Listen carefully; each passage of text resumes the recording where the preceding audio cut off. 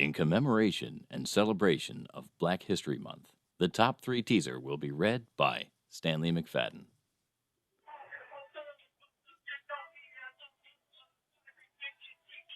What up, bitches?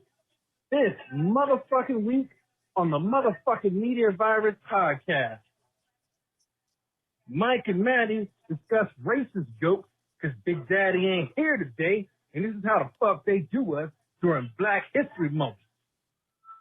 The doctor discusses her fascination with big black dudes named Jamal and Tyrone. And what the fuck? Big Daddy is absent for some goddamn reason. Now, roll that goddamn intro while I roll this goddamn blunt. It's the Media Virus Podcast.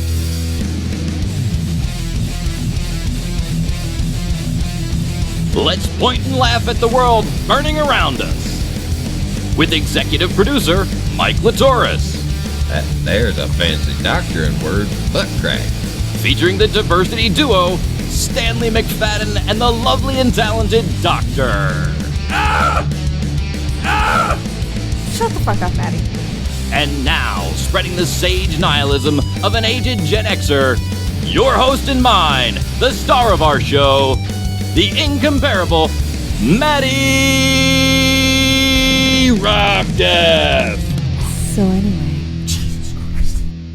That's right, folks. You heard all of that correctly. I am coming to you from behind this stolen excrement and podcasting microphone with talent on loan from Rush Limbaugh. I, as many, were saddened today to hear of the passing of the Maha Rushby. El Rushbo will be missed. Just another out of the park top 3 teaser, which was actually from last week. We thought we could pull a fucking fast one because we had shit in the can. But surprise, he did a great job. Let me introduce our colored commentator, Stanley McFadden. Surprise, motherfucker. I'm back. Just busting out of nowhere. What you drinking, Stan? I don't know where the hell oh, there it is. Herbal motherfucking tea. But African beet juice tea from Africa. Wow. Was that like a hallucinogenic or something? A little bit. Okay, cool. From Africa. Africa. I don't. Earlier today, our executive producer, the Reverend and Professor Mike LiToris, mentioned that his little Dickie was getting ready for snow. Do you care to elaborate on that, Mike? He's preparing for a snow day. We've got his sweater all washed and ready so that he can put it on and he doesn't get cold. Huh. He shrivels up when he gets cold. Yeah. Looks real small. That's why you call him your little Dickie. What you drinking, Mike? I've chosen to sip some VO this evening. Nice. Very, very good. So I guess the lovely and talented doctor decided not to polish her tits, but hopefully she, washed them before she's going to show them to us. Doc, you ready? They're in their natural and unadorned state. But you swinging free. You still got your shirt on. I thought we were showing. Well, it's I thought early. The whole thing is we were showing tits today. No, that's not a thing. Oh. Sorry to disappoint you. Are you sure? Oh. Wait. I got this big build up. We got 2 guests. I'm like, yo, guys, she's gonna show her tits. I swear. Yeah, no. And sorry. now you're backing out. Yeah, no. I don't get it. No, there was for anybody who's wondering what the hell Maddie is talking about. I stumbled across an ad for boob polish, which I found astonishing because as spectacular as they are in their natural state, I couldn't imagine why. They talk about gilding the lily, right? And I just feel like polishing a boob is, yeah, they're pretty awesome, as they are, and the thought of polishing them baffles me. So And also there was a review of the product that said that it made a person's nipples break out, and I really like my nipples, and I don't want them, to suffer. So what you drinking, Doc? Alcohol abuse. I have just shared it with my pants. There it is. It's acai your boobs. I believe it's acai. It's pronounced acai. No, I speak fucking English, and that's acai. That's not how you pronounce acai. Acai. Acai. Your boobies. Well, we agree that it's boobies. Ah, I see your boobies. Ah, look at that. The lifting booby polish. Yeah, no. My breasts are fairly spectacular, so I don't feel like I need to. So, so what are you drinking? You keep talking about your you keep talking, and this is the thing. This is why we always think you're going to show them, because you keep continually in the group chat. There's always a conversation about your tits. Look, if your tits were as spectacular as mine, you'd be excited about them too. All right. Well, what are you drinking? What is that? That sound clip is going to come back to haunt me. Yes, this is a Manhattan. I wanted to, in honor of Mardi Gras, which was yesterday, I wanted to make myself like a hurricane, but there's a lot of ingredients. Skipping right over Black History Month to talk about Mardi Gras. Because I didn't know where to get Mad Dog 2020 or 40, whatever it is. I didn't know. Mad Dog, Jesus Christ, it's Mad Dog and 2020. Oh, there's two things? No, it's one thing. Mad Dog. Oh, okay. Well, I didn't know where to get it. So as the cheap whiskey aficionado, I found a website where they gave the top 10 bottles for under $20. Mm-hmm. And Old Everholt was on that list. And Old Everholt was, I am the cheap whiskey aficionado. I've explained this many times. Like when you get an email from me, that's what it says. The first time I ever met Mike, I showed up to the spot with a bottle of Old Everholt. Because when you come to someone's house, you bring something. An hour later, because and my emails back and forth come from, cheap whiskey.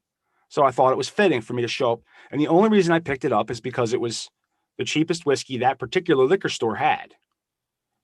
And I figured, we'd either crack it open and everybody have some, or. And then that didn't happen. Or I was walking into somebody who was like, a recovering alcoholic. And I had this in my head. I knew this was a gamble.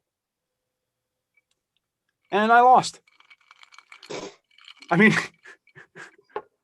it turned out the host of the event was a recovering alcoholic. But this is delicious. This is an Old Everholt rye whiskey. It's got a lot of flavor. It's not real sweet. The oak really comes through. It's a beautiful color. I can't, but it's not like a deep dark, like a bourbon, like it's heavily like artificially colored. Smell vanilla, some cinnamon. Definitely like a rye flavor. It's delicious. I highly recommend it. I'm glad I did that. And the dude, I'm sure that fucking bottle's still sitting on a shelf. Yep. Has no idea what he's missing. Yes, he does. Oh wait, that was pretty sure he does. That was a terrible joke. Our guest tonight has been a friend of mine. Well, we were supposed to have two guests. We've been having technical difficulties with Adian Caine. He keeps popping in and out. I'm not sure if there's anything we can actually do on our end to fix that. But let me work on that for a moment. Talk amongst yourselves. Yeah. I can't do that. Like look up for, talk to him on Messenger. Keep talking. But Mr. Rob Boss is here with us today. His Facebook page, rubbing one out with Rob, showcases his artwork, and along with other people's. And he really created a caring community of artists on his page, which has 20. Correct, Rob, correct me if I'm wrong. 27,000 followers. Actually, just over 28,000. Oh, just over 20. You had to fucking rub my nose in it, right? Yeah. Well, you said correct you if you was correct. wrong. Yeah, correct me if I'm wrong means just back me the fuck up. So correct me if I'm wrong. I have a 12-inch penis, right? You do. You do. When I used to tell that to all the girls. They're like, "You're gonna give me 12 inches?" And I said, "Well, eventually through accumulation, we'll get to 12 inches." we'll get to 12, right? Because I'm good enough to go again. Yeah, I mean, we'll get to 12 eventually. I got plenty of roofies. I think the going again thing is actually fairly important. What's that? I said I think the going again thing, it's important. That's a big, asset to bring to the table. Oh, of course, man. Yeah. Like, you can't just go once. No. That's bullshit. Well, I mean, you can, but you really shouldn't. No, that's not even worth it. Tell me about it. It's not. That's bullshit. I'm sorry, but that's just the way I feel. This was the man who gave me the advice. He's like, if you ever bring home a one-night stand, always fuck her in the morning just to prove that you can. That's it. Wait, yeah. We've got a second. Mr. Adian Caine has brought in a second piece of equipment. That's also a good strategy with him. I mean, I can't make fun of him because I'm running two pieces of equipment. And my view looks really fucking weird, and I don't know if that's how it's gonna fucking record. Of course, if neither piece of equipment works, then that's really not much of a benefit. Yeah, at least one of them's got to work. Well, again, I'm gonna hold 12 inches is a cumulative total. I'm gonna hold on to why having these two people on for a little bit, together, and I'm gonna hold on to a little bit until maybe we can actually speak with Mr. Adian Caine. This is the first show we've ever had this type of difficulty. Yeah, because usually our guests show up before we start. Yeah, and I'm able to give them the directions of how this show works. Did anybody send him the show sheet? I did. I sent it to him. I sent it, and I shared it with his email, and I said, I fucked up, but it didn't register the way it should have. But Rob says he sent it. I did. As soon as you sent it to me, I knew that I remember you saying you sent it to his email, so I made sure I sent it to him in text format like you sent it to me, so I knew he would get it. I don't know why I was able to send that to you and not to him. I don't know, man. I don't know. Hi. Holy shit. There he is. There he is. The technological fucking genius. Woo. Fire tablet. All right, shall I remove this revelry, or are we using that? No, get rid of it. That's fine. All right, cool. So boot them out. We can. When someone's a guest on the show, isn't it like a thing where they welcome people that come on, especially after they've haphazardly tried to get technological shit going? Depends. How much did you hear about what we said about you? Oh, damn it. Yeah. Damn it. Because as anyone in this entire panel would know, if the guest is having problems and it's time to go, Matty Rockdev says go, and we figure it out later.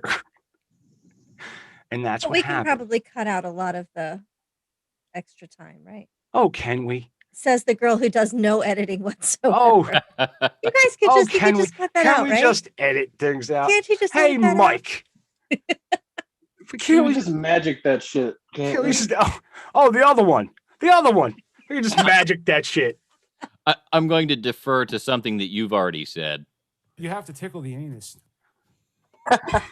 just click the buttons. You have to tickle the anus. So now that, all right. So Adian was the host of Death Rock. Wait, who? Adian. Oh, the guy you didn't introduce. Okay. That's what I'm doing that now. fuckface. That's what I'm doing. You must be really special. He does not call all of our guests fuckface. I've never once called a guest fuckface. Yeah. You know, people come on my show and I treat Well, there them was that with one respect. fuckface. What's that? There was that one fuckface that we called fuckface. Yeah, but not to their face. That was just That was in the group Oh. chat. That wasn't. We Yeah. talked behind their back. Mr. Fuckface. Oh. All right. Finish introducing him before he gets his feelings hurt and goes away. I've lost my train of thought. Yes, you were Because saying my Adian- whole thing. Just start over. He apparently hosted that show that you won't shut the fuck up about. Yeah, that's right. Death Rock PA. That's right. I'm very proud of the work we did on fucking Death Rock PA. It's a good fucking show with terrible music. Terrible. Oh my God. Shit that he would play. But the bits we did were golden. They were. Yes, they were. The bits so when I walked onto the campus of Burlington County College in 1994, I met two of the smartest and most talented men that I have ever met at that point or up till now. Rob Who Boss were played they? guitar and Fire Tablet played was the front man, and we were, you know, that was the band that formed, and we became, they were already, and I joined Media Virus. And, you know, so them being on my show is makes me, you know, brings a sense of, you know, closure or Full circle. Yeah, You feel full better circle. about stealing the name and running with it. right, which I did a Yeah, long by the way- time ago. Thank you very much for having me on the show. Oh, you're fucking welcome. You're absolutely fucking welcome. I was trying to make your introduction all about me. I know. Right. He's worked with you before. Oh yeah. There was a bunch of caricatures. I was a caricature of myself on that show when I had a speaking part. I would be more shitty, more scumbaggy, more exploitive than I actually am, you know. So Hard to imagine. but he was, you know, Yeah, also hashtag been in me many too. musical acts. You know, I know he's working on a project now. I don't know how much of, you know, about that he wants to talk. I like how he's got creepy candles in the background. Actually, you know what? It's all that LED lighting that you can get for like $12 a bulb over at Home Depot, and it does really well. Gives you a nice little ambience into, you know, this creepy attic space we call a studio. Yeah. Now, are you like actively holding someone hostage? Of course Because not. I feel Gonna like zoom me from I feel like space. this is the view you'd have if someone were locked in a trunk and peeking out the What's that keyhole. fire in a trunk with panels and shit. Yeah. It is definitely reminiscent of some of the, like, you know, CSI kind of, you know, shots. Yeah. Yeah. Well, I do have a coffin over in that corner. I mean, it's a little one. I can only hide little people in there. But, you I know, didn't know they made specific little people coffins. I thought they Mike just and put I, blocks Mike on and I their are feet. both, Mike and I are both nervous about that. That's their well, the coffin's not going to do anything. It's made of wood. Fine. yeah. But it's what you can be buried. Now, I've found you can fit a lot more bodies in a small box if you cut them up real small. They stack better. Yeah. And Believe it or the not, humans liquid don't drains fold out the way that you'd eventually. like them to. What? But we can get like a little Tetris action going on, right? You know, if the foot goes this way. Well, you got to The think first small. ways are really crucial because, I mean, when things get stiffened up and it's just really hard to, you know, Tetris skills made.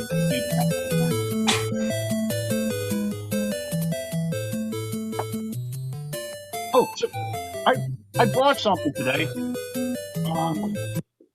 Before I came on my show, I met with the lawyers a little bit.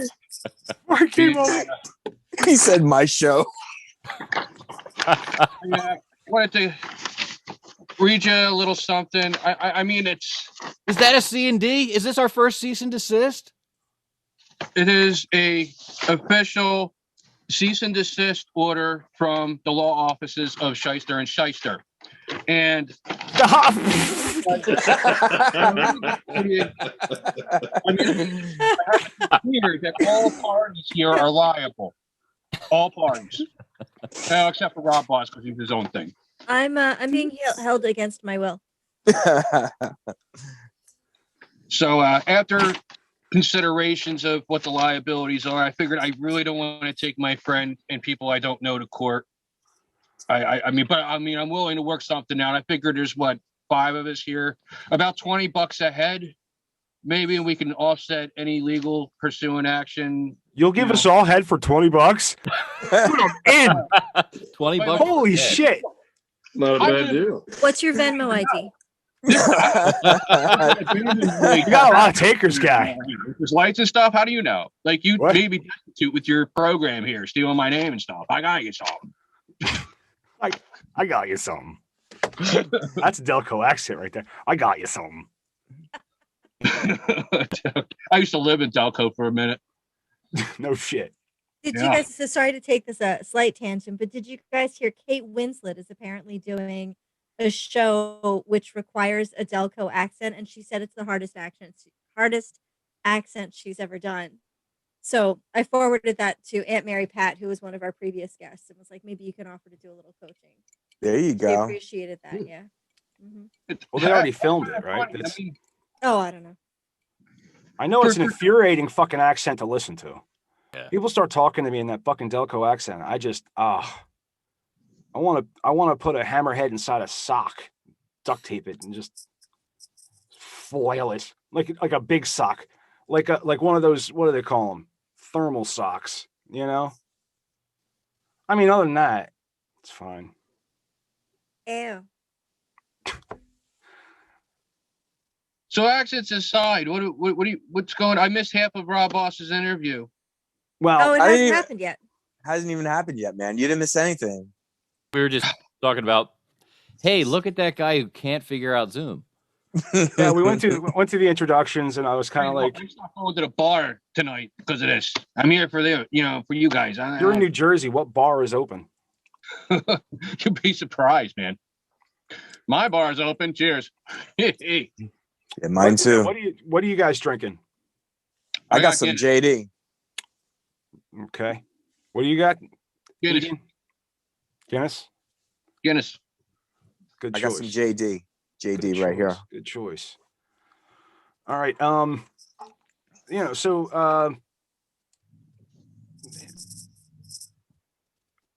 Rob, why don't you tell me a little bit about Bikers Against Child Abuse and your work that you do with them? All right. Yeah, man. That's actually a good topic to bring up. It was it's probably better to tell you how I got involved with donating to them and what I wanted to do, because as you know, because you were there from the beginning when I started painting, it's just something that kind of developed and came out of nowhere. And I enjoyed it so much that I wanted to give back to a charity in a way, like let me help, see if I can help somebody with this. And a friend of mine who did a couple rides with Bikers Against Child Abuse said, hey, here's this organization. They help abuse children. I know that means a lot to you. You should check them out. And I read up on them and I actually painted initially a series for them that kind of spoke to their mission. And I called up the president of the South Jersey chapter and introduced myself. I said, hey, listen, I have these prints of this work that I did for your organization. If you're interested in having them or auctioning them off, let me know. And, he took a look at them. He came by with a representative of that chapter and they looked at it. And they really liked the artwork. And from there, it just kind of spread. And then I went from South Jersey to West Virginia to Michigan to Wisconsin to Ohio to Florida. So I had all these paintings going to each one of these chapters, and it's a just a really good feeling when you have something that you've painted that represents a good cause specifically, and it's only available at their events. You know, to have that be a part of it and have it represent something positive, for me, it has been very, you know, fulfilling. You know, and it just, you know, makes me feel really good about what I do. And it's nice to be a part of that, and it's nice for them to have me at their events as part of their event. And I speak about the painting, and they're all aces. All the men and women of Baca that go out and help these kids every day, 24 hours a day, you know, they're all amazing. So if there's anything beyond that you want to know, just let me know. Feel free to ask. I've been to several events. No, I remember you saying to me at one point that you wanted, like, if someone had a Rob Boss in their home, that you wanted that, you know, to mean something. Yes. I wanted them. I'm sorry. Go ahead. No, go ahead.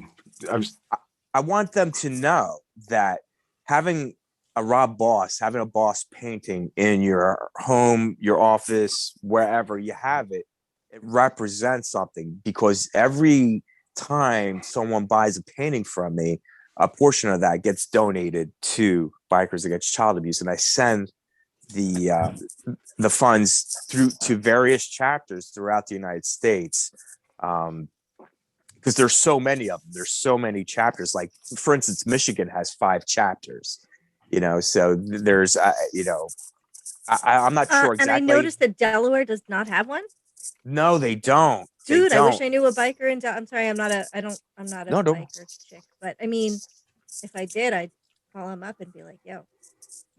Yeah, and that's the thing. Like, this Baca isn't some kind of like show organization. These are bikers.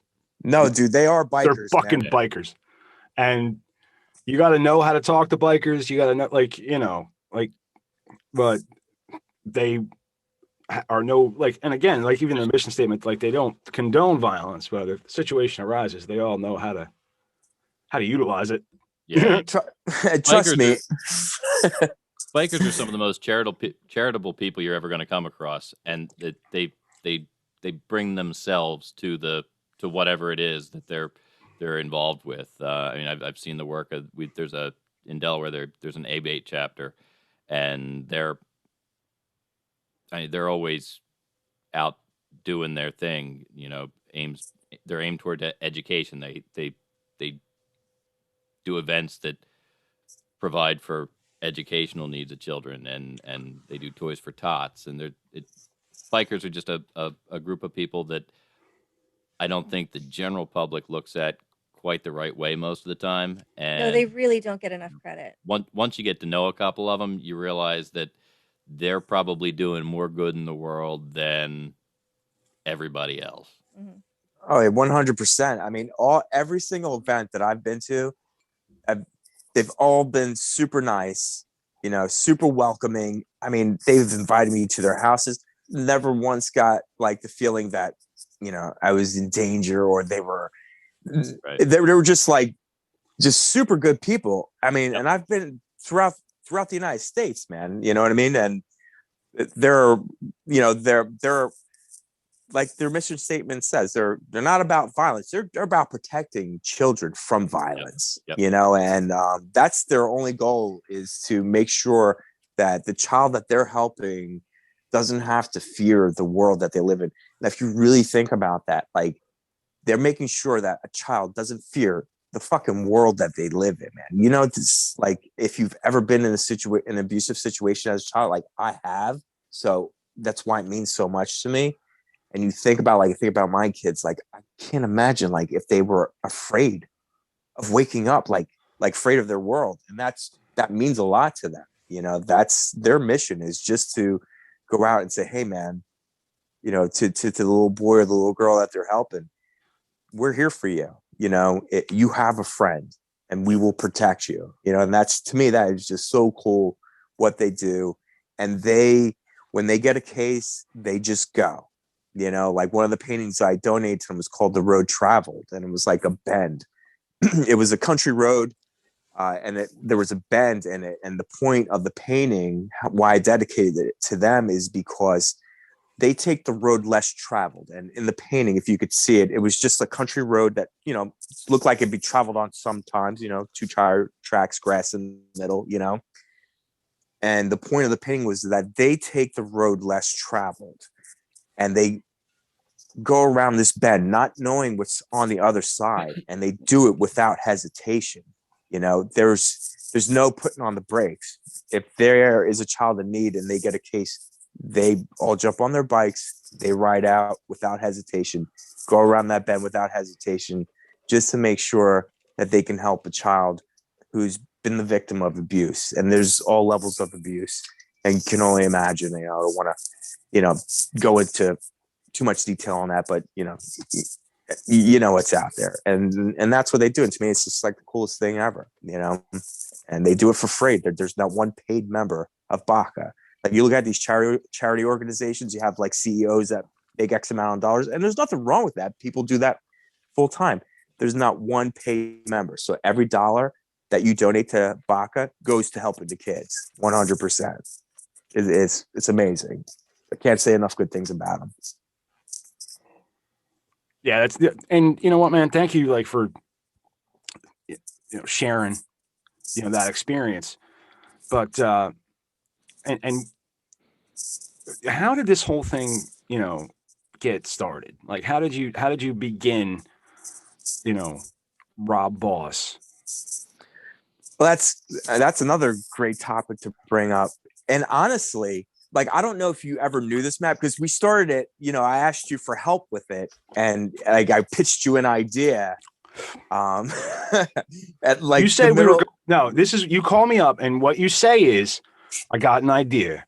What we're gonna do is we're gonna do like a Rob Boss thing, except I'm gonna be drunk and belligerent. That's right. And I'm like, and Maddie was like, no, drunk and belligerent is my shtick. No, you don't. The drunken belligerent has been our shtick for a long fucking time, and so many terrible stories that I cannot reveal to anyone. Well, yeah, that's is what it it was. The restraining order? I don't know. He doesn't talk about that. I got to deal. Well, what happened was I called up Matt and I said, hey, listen, do you remember the artist Bob Ross? He's like, yeah, the guy with the fro painting happy trees. I said, yo, dude, what if he was intoxicated the whole time he was doing his show, and his show was just laced with obscenities? It was like, dude, that would be hilarious. Like, same reaction he just had. He's like, that would be fucking awesome. I was like, yo, dude, let's do a show like that. He goes, how are we gonna do that? I was like, dude, I could paint like Bob Ross. And that's what I told him. I'd never picked up fucking artist paint. No, you never. You said you never told me you could fucking paint, because originally I thought this was a bit where we were gonna go get like a fucking thing from the you know, from like Goodwill or some shit.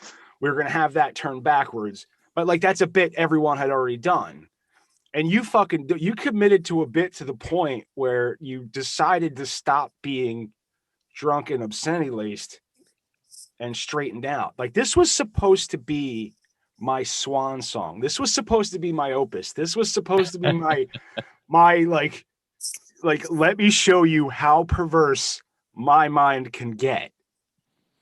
And then we took the road. We were like, all right, we're doing toilet humor and sex. That's right. Double entendres. We were supposed to do a bit where I was going to explain to you what a double entendre was, and you kept thinking that we were going to double up on Tanya. That's right. Double up on Tanya. Where's Tanya at? We had all these stupid fucking ideas and there you can actually see some of them on this channel if you, were to go onto the Media Virus YouTube channel. It is that this is hosted on. You can see some of the older, you know, Rob Boss, where we really are making. And we didn't come up with rubbing one out with Rob at first. That kind of happened. And then I did, you know, I mean, I came up with rubbing one out with Rob, and painting, paint like a boss. But that's all right. So No, wait, no. what is your No. I captioned. I rubbed this one out. No, it's yeah, yeah, you You did. can't be taking credit for my stuff. And man. then I Come said, on "Hey, yo, now. rub one out with Rob." That's what happened. I So, stole wait, I you stole must Adian's have- name. I stole the name off a fire tablet from 15 years ago, and so I gotta see. You try and take credit for my shit now. I gotta tell you, Yeah. he sues me, I sue you. That's how this is a Mexican fucking standoff now. Not really, because technically you have like 5 incarnations of media virus, so I can sue about 5 different times in 5 different ways. Wait a minute. Yeah. I wish we had some of that. That was some great music. So when I met Matt, he talked me into painting because apparently he wasn't hanging out with Rob Boss enough. So I brought some of my work. I've painted some of Oh, the cat. Nice. That's not bad at all, man. That's really good. This one's kind of Dolly-esque. This is our. It's keying out. I wish I could see the whole Wow. thing. Oh, Is it just green down there? yeah, there's a green spot. Oh, gotcha. Got this one. Nice. like I had no idea. Those are really good. Do you guys want to? I would have to run all the way downstairs to get the painting. Oh I my painted. gosh, Mike, Yo, Yeah. is you that are Dog you Stone? are such a multi-layered. I can paint like a 5th grade girl. No, they're gorgeous. So wait, that actually brings me to my question. So I'm learning so much as we're listening. So Rob, you must have some training, some formal training as an artist. I mean, your work is stunning. Spectacular. Oh, No. thank you. No, I don't. No, No, he Nothing. fucking ordered the Bob Ross kit. no, Yeah. I don't believe it. I No, really he did. don't believe Swear it. to God. I was here. I was Swear all to ready to God. talk to you about because I mean, so I don't actually have formal training in art, but I've been going to art museums since I could walk. Right, because Mhm. that's like my mom. My mom is a French teacher. I'm a French teacher. Like, so we've been to the Louvre, we've been to the d'Orsay, I've been to the Prado. I've been, so like I know some stuff about art, and I mean, I was all ready to talk to you about like impressionism and photorealism and the blending of styles that you do in your work, and I had really. So what is you how did you get from no training to the work that you this one Yeah. Yes. this Because he blew me falls. away. Because you You know what? captured He's light fucking. with He's this just everything he touches is fucking gold. Yeah, it's Fuck him. stunning. No, he can Just do the whatever the way- fuck he wants to. He can do everything. The way that He can he fucking captured play the guitar, light he can fucking falling on paint. those objects. Yeah, Well, it's to answer your question, and it's good that you've been to the museum, so you're familiar with like LePage's work, Jules Bastien LePage. So what I wanted to do, because Matty Rockdeff is right. Like I just ordered the Bob Ross kit and like kind of like followed the tutorials. You know what I mean? And this is unbelievable. and What what you need to happened? understand is Bob Ross is a one-trick pony. That's what it was. It was like he was good at painting. The guy was a master at painting his way. So what I did was after I just really enjoyed it, I started looking at other people's work like Jules Bastien LePage, Albert Yeah, stop on Bierstadt, that one. I just want to enjoy that. No, Mike, just leave that one up. All the time. and Bierstadt's work. You have Rembrandt's work, and Yeah. there's just John Singer Sargent. Was Did a you great paint the reflection of your fucking phone? on that. No, I painted the reflection of if you look at it, it's the reflection on the cup is reflecting. Oh, it's reflecting the The- vase, but what's? Yes, Mhm. Oh, that's like a doorway, I guess, right? yeah, whatever. Is that like whatever your was- house, dude? No, I didn't no, think it so. was- That's why I'm kind of confused by it. Okay. And so that's just set up in a still life box. So I'm just painting what I see. So basically what I did was I started studying how these artists work and just looking at other people's work, like, you know, you would, once you get into painting or any type of art that you're involved in, it's always like, okay, how can I improve? You look at other people's work, and I would look at some other current artists. I'm like, wow, their work is really good. How do they do that? They're doing this with oil paint, you know. And the only technique I knew of was Bob Ross's technique. But then I started looking at other artists that painted what they call alla prima, which is wet into wet paint. And they're doing it over a dry surface, you know. And so I would read about how they painted, types of brush strokes that they would use, look at videos of people who were explaining their types of techniques that they used, and just trying to understand how they did things. And there's only so much you can see from a picture on the internet. So the best way to do it is to actually go out to a museum and see artwork up close. That's the original, you know? So, and I'll never forget, and I'm ashamed to say this, I don't remember the artist's name, but I actually went there specifically to see some of Albert Bierstadt's work. Michael, stop that. What? I didn't catch that. Can you see he's drawing a flower in your face? He's sharing your screen and showing he's showing he's showing the painting, the and painting he's still using alive. With oh, gotcha. And he's drawing, that's funny. That's fun. Though. That's fun. He's just fun in you. Okay, so continue, Rob. I'm interested. So, Mike, draw a dildo on the shelf. Dildo on the shelf. Draw Fantastic. a dildo. Draw a dildo. So what I did was,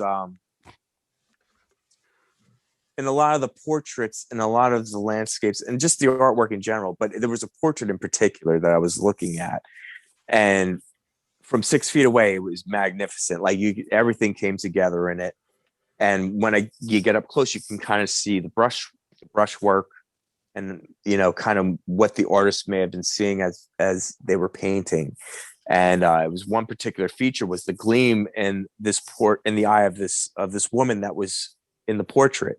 It was a white gleam, and it was just a blob of paint, but it fit so perfectly, and it wasn't blended, you know. And it was very signature of someone like John Singer Sargent, where he didn't overblend his work, and just kind of laid everything in there, and he just matched the color to the whatever the source was that he was painting, and he just left it alone. He wasn't trying to make like a smooth transition.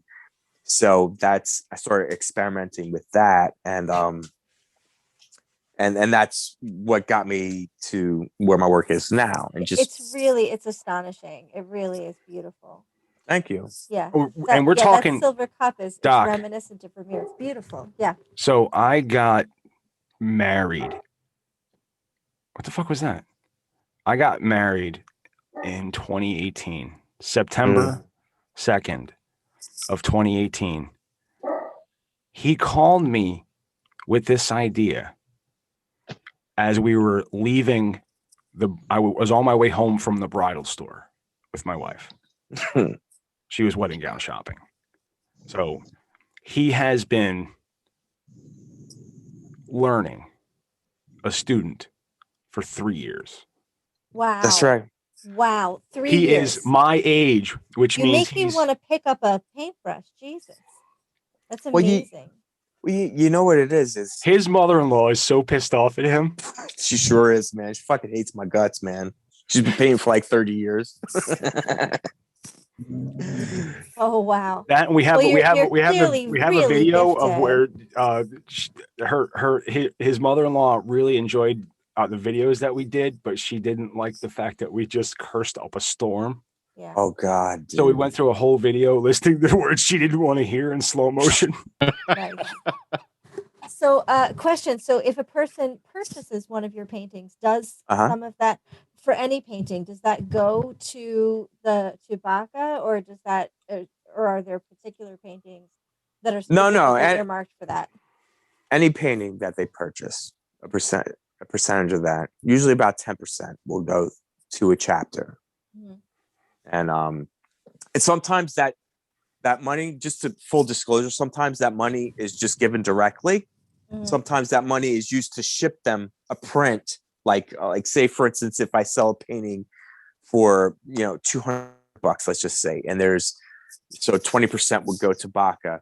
If I'm shipping them a painting that they're probably going to sell for $300, I'll use that that money for the shipping cost. You know what I mean? So at some point, it just gets filtered into what I sent them. Now, just to give you an example, usually when I send them a print of my work, I believe the average is they usually get between 300 and 400, when they auction them off.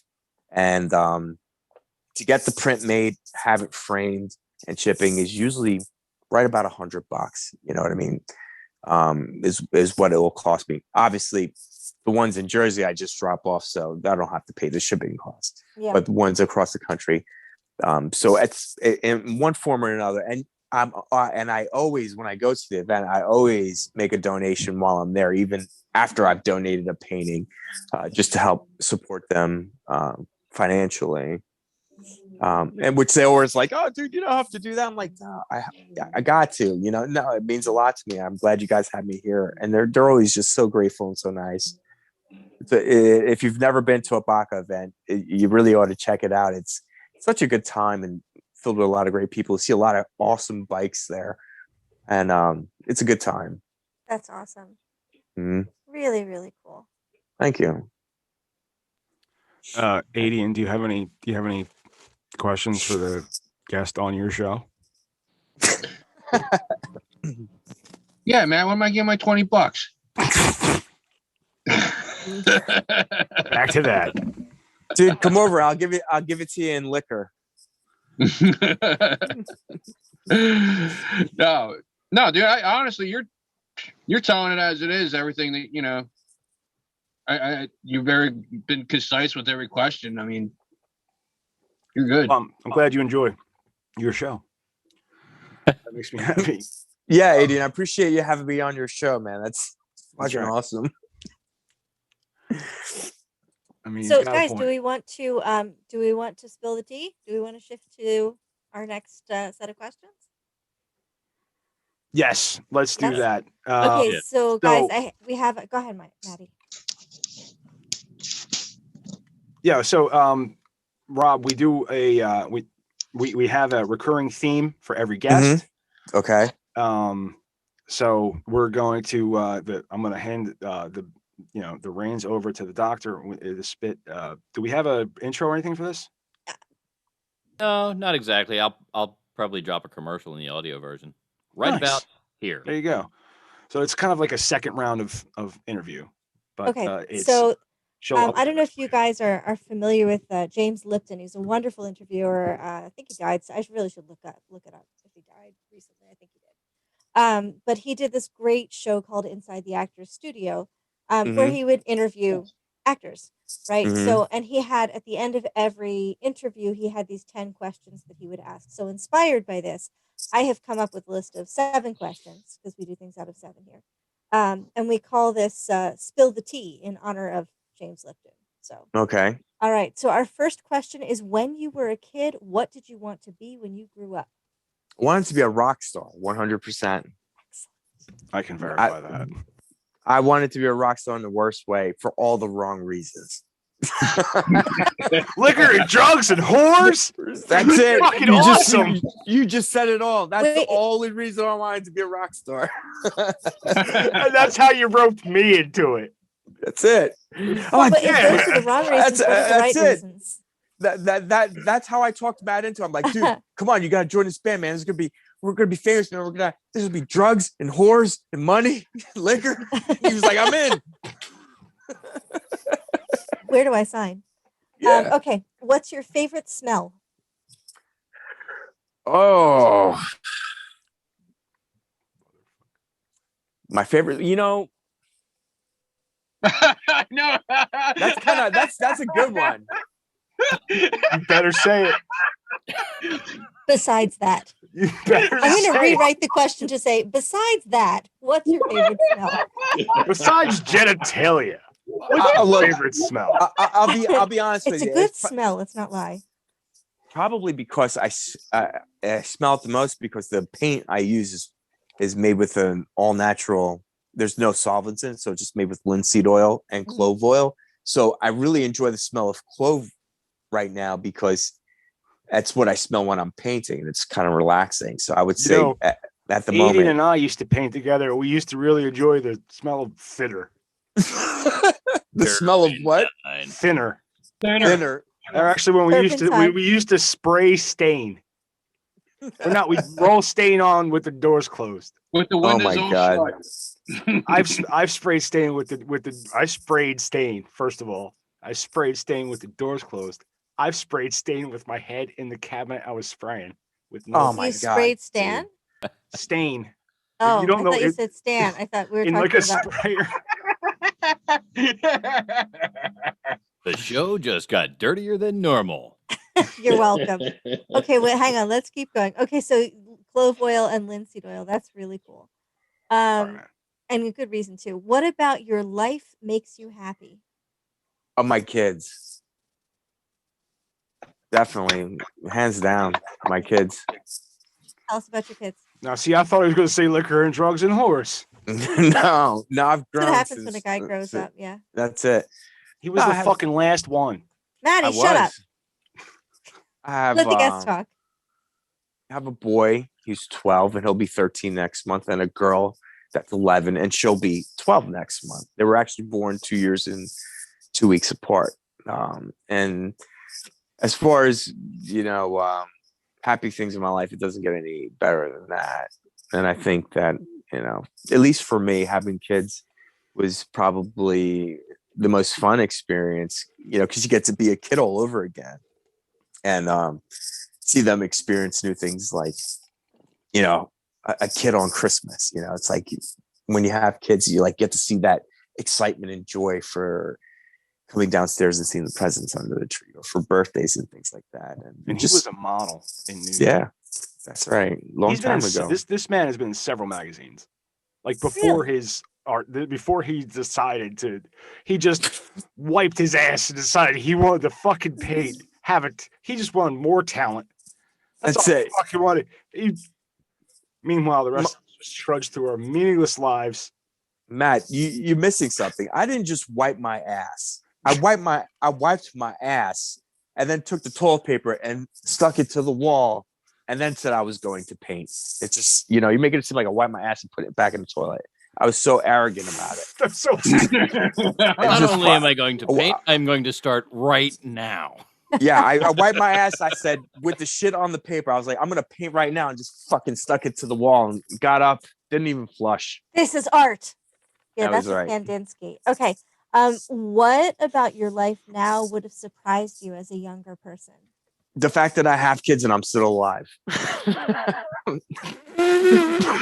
Honest to God, I swear to you, probably the fact it's a tie between the fact that I have children and the fact that I'm still alive. Because I can promise you, in my 20s, if they had Tinder, I'd be fucking dead. I would be dead. There would just be a giant sore on my penis.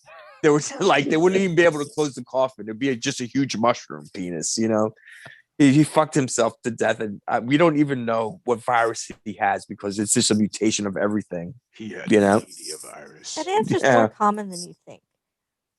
If you could give your younger self one piece of advice, what would it be?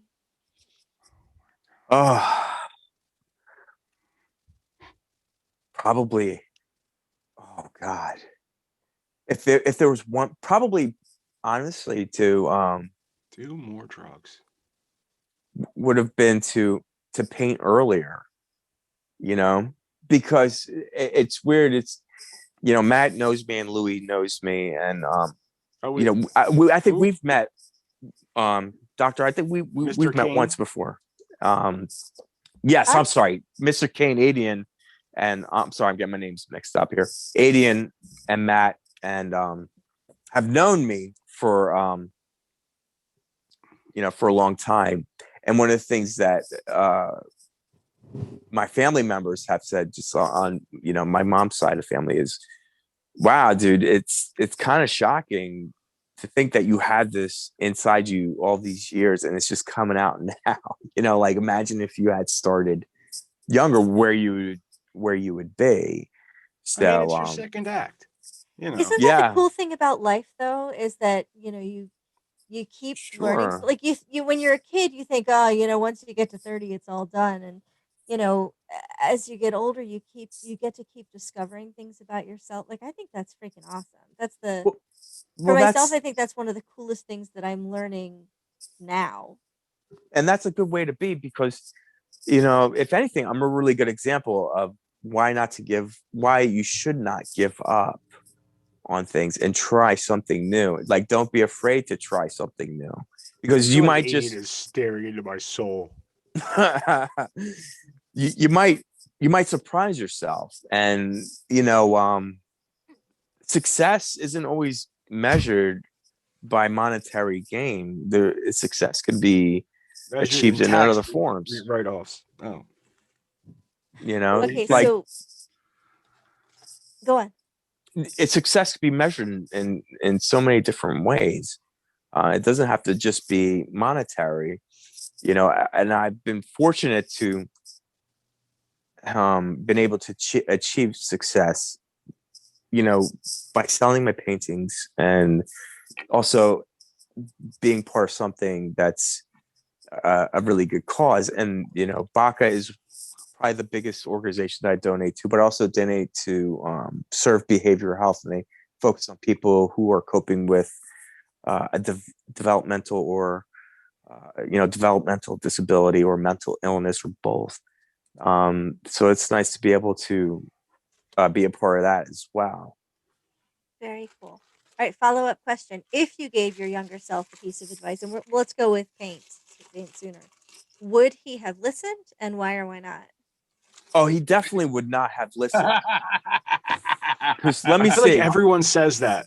No, I was just a complete fucking douche, and I'm not afraid to admit it. Like by the time Adian and Maddie met me, just to give you a little background about myself, like I was, not that I'm trying to get all wishy-washy on everybody. I was a product of an abused child.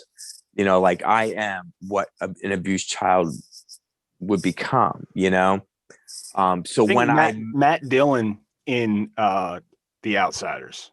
yeah, like when I met them, like I had only really been free. Like, let me see.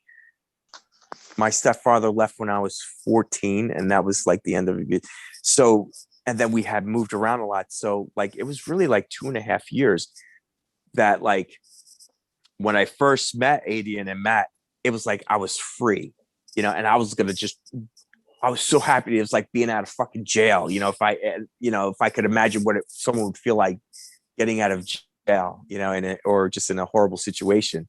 I was like, I'm gonna fucking do everything. I don't care. Like girls over here, let's play a band, whatever. I was just kind of like on a rampage, and it was so there was there was no talking sense into me with certain things, I guess. They could probably tell you more about that than I could, because I was just a friggin' lunatic. Complete fucking asshole. All right. I mean, one of the biggest jerk offs you've ever fucking met.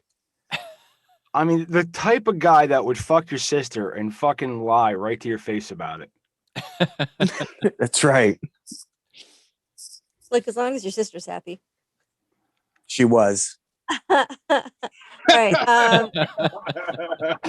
Next question, and this one has a follow-up also. We all Bro, come you're to from North Jersey, not South Jersey, man. What's all that? What's that? Well, I say you're from North Jersey, not South Jersey. What's all with that? I know. We all come to crossroads in our lives. What do you think was your most significant? For me, they probably having a child, put you in a different direction, because then there's the things in the world that you think are so important all of a sudden do not become important anymore, because the most important thing in your world now is your child and raising that child. And for me, it happened to be a boy. And then, and I thought, like, dude, there's nothing in the world I could ever love as much as my little boy, you know? And then 2 years later, I had a girl, and I was like, dude, that Fuck was that like, other kid. This one. like, Wait. but that's what it was. It caught me off guard. And then, and they both have such different personalities, and I enjoy them both so much. But definitely the crossroad for me was definitely having a child, getting married and having a child. Yeah. For Easter, this man takes Cocoa Puffs and puts them on like the floor and tells his kids that it's Easter Bunny shit, and he picks it up and he eats it. I only did that once. And his kids are like two of the most well-adjusted kids you'll ever meet. That's awesome. In your entire life. That's so awesome. And he's a lunatic. Okay, follow-up question. Where do you think you would be today if, well, the question is if you had chosen differently. So if you hadn't had kids. Oh, man. Before you answer that, you guys take care of my show. I have to bail myself. I have to go take off. But, dude, sorry, I hate to interrupt the question, but I didn't want to be rude and just like take off either. So take care of my show, and I'll see you guys later. Thanks for Adian, us. good seeing you, man. Cheers. This guy's a fucking dick. I swear to God. This fucking dick takes 20 minutes to get the fuck on. I know. And he cuts out early. Take 20 minutes to get the fuck up. I don't want to hear it. There. Okay, so where would you be if you had chosen differently? It's kind of hard to say. I really don't know. I don't know. I definitely don't think I would be. I don't think I would have ever painted, to be honest with you, because, life kind of sometimes has to slow down for you.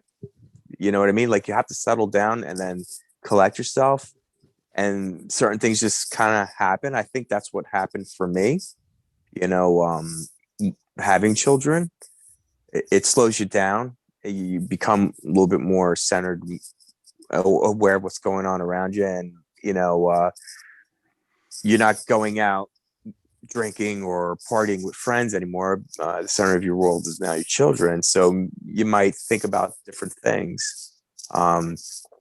And one of the reasons why I started painting, and I told Matt this, I believe, was I was just I was having trouble sleeping. So I remembered, and I had been having trouble sleeping ever since my mom passed away.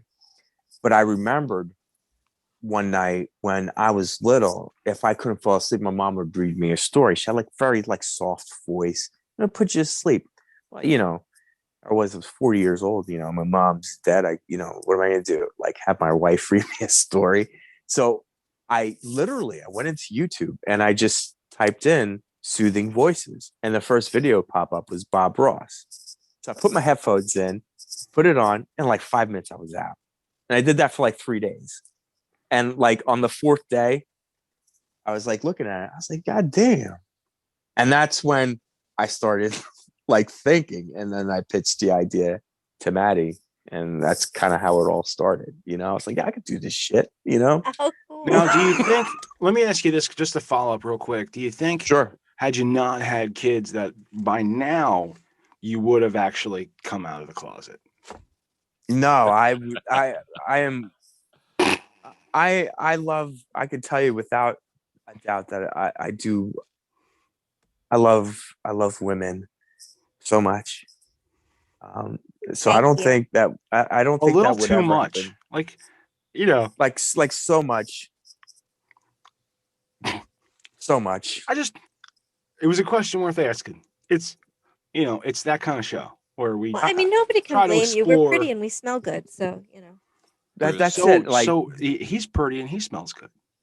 That's a I that's a don't know what he thing. smells like, but he's pretty. No, he smells good. Trust me. Okay, I believe you. I've smelled him.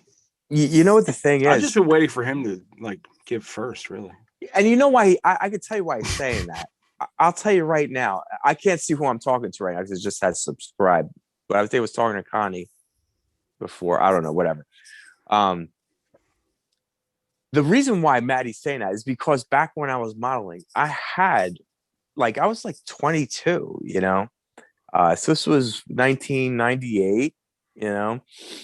I had a lot of friends that were gay, and like I was always hanging out. They're just fun to hang out with, Yeah. and it was great, you know. Like it was so much fun, and it was kind of cool because I was 22, and a lot of like all of my gay friends were older. They were like 26, 27, 28.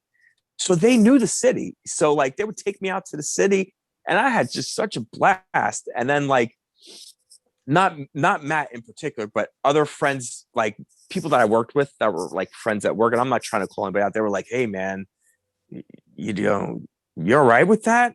I was like, "Yeah, dude, it's a fucking great time." You know what I mean? Like, I never gave a shit. No, you didn't. I would just literally sit you down and say, the first, like, whenever I would see you go, I was like, "Hey man, you know, if you were gay, like I'd love you. It's okay. Like I love you." I know you Remember did that? have that. You did We have did that that. He's like, "No, I'm conversation. not gay. I swear to God." I'm like, dude, I'm like, I'm "No, not- but if you were, it'd be cool." That's So why what you're I'm gay. hearing is Matt's been trying to get you to come out since 1998. He has been. And the coolest thing about it was like I hung out with these guys a lot, and just because I enjoyed their company, and we had so much fun, we had so many laughs, it was just a great time. And then I would say probably about 6 or 8 months after, because you don't realize you're going out all the time, and as a model you're traveling all over the place. So at like 6 to 8 months into my friendship with these group of guys who were gay, I realized something once like things kind of like slowed down, and like I kind of get my They feet all on the wanted ground. to blow you. No, they all hung around a lot of straight hot women. Like we're always like around. Oh. I was like, holy fucking shit. And the best part is like I was cool with them. So like these really attractive straight women were all immediately cool with me because they were cool with my friends, and if they said I was cool, it was like I was like, this is like magical, man. And then like threesomes. Right? No, I never had nothing like that, man. Never had a threesome? I will tell you, I just recently, just because you reminded me, I recently had a conversation with one of my gay friends, and he was like, "Yeah, my problem is that all of my friends are straight women." And I was like, "Is that like I don't know how that works, like among gay men, like how friendships work." But yeah, Dude, he was my gay friend was just telling a story about how straight women hang around gay men. Wait. Well, I'll tell you a funny story, Connie. I'm calling you right by the right name. Wait, hang on. No, wait. All right. Do you have any is there any more? I'm sorry. Did we finish up your thing? We have one more, but we can let that one slide. I'm considering dropping that question anyway, but we could ask it if you want. All right. So, Rob, if there's a heaven, what do you hope that God will say to you when you get there? Probably stand by and wait for your kids to come, because to me that's what heaven would be. Like if there is a heaven, that would be my heaven. Like just the ultimate, like they say heaven is what you is what you mean. I do love my kids, but that's what would really that's what that I know got what kids. I love and just as a follow-up, do you think that's a good question? Like, should we try? I feel like that question is a little like no, it's a heavy question. Is it a good question? Well, I don't mind heavy, but I'm not heavy. Sure It's a lot of heavy lifting. You're expecting someone to do a lot of thinking at once. I feel. I think some of the other questions are way heavier. I don't care. That's the point. It's a heavy question. I'm not saying Maddie, they're good questions. They are. I mean it's definitely like obviously like I really enjoy being around my kids, and I enjoy that. more than anything. I mean, and I really enjoy painting. I just enjoy being with my family, with my wife and my kids, and I enjoy doing things together with them. That's awesome. As a family. We all love each other. That's so nice. Yeah, that's right, because we all do fucking love each other, douchebag. but I want to, Connie, I want to tell you a story. And maybe you'll like this.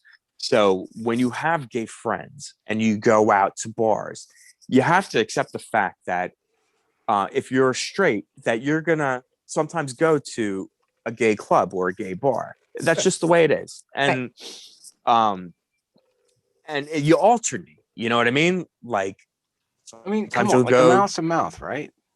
No, it's just hanging out, you know. So like they have their places that they go to, Sure.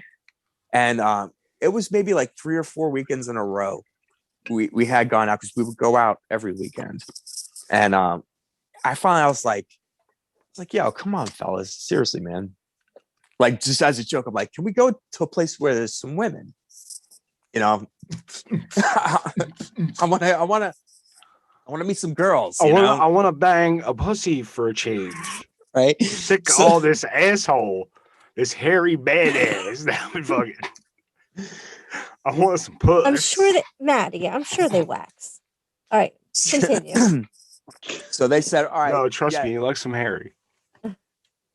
So they tell me, they're like, okay, we got a place perfect for that. And like, I really didn't know the city all that well.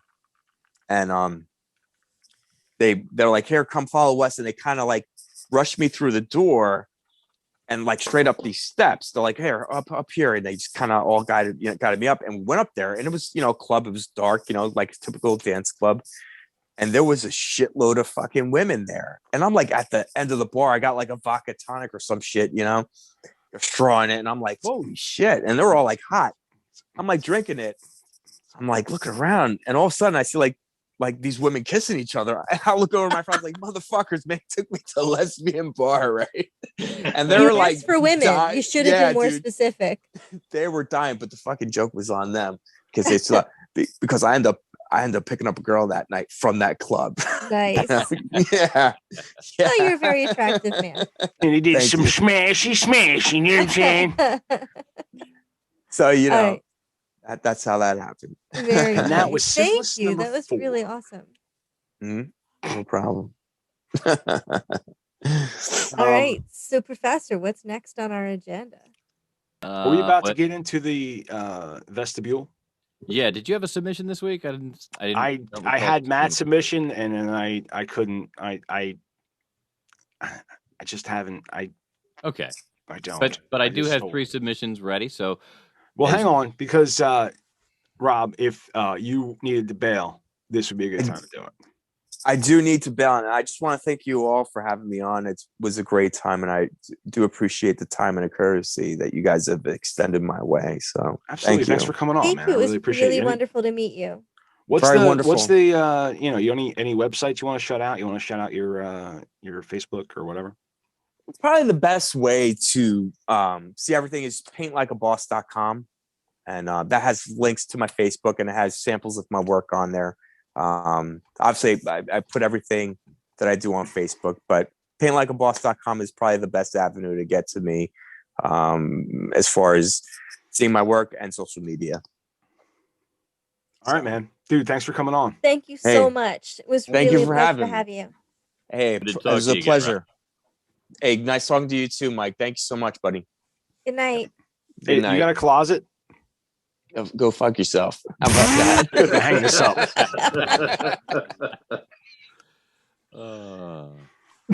Right. He's a fantastic guy. I really like Rob. Yeah, what a great guy. He's been one of my best friends. They both have. Adian might be serious about selling us. I'm not all that sure. When we get a real C&D, we'll figure it out. Yeah. It's saying stop. Until then, when we get back from this break. That was pretty funny, though. Yeah, right after this, we're going to go into the vestibule. All right. So we'll see in just several seconds.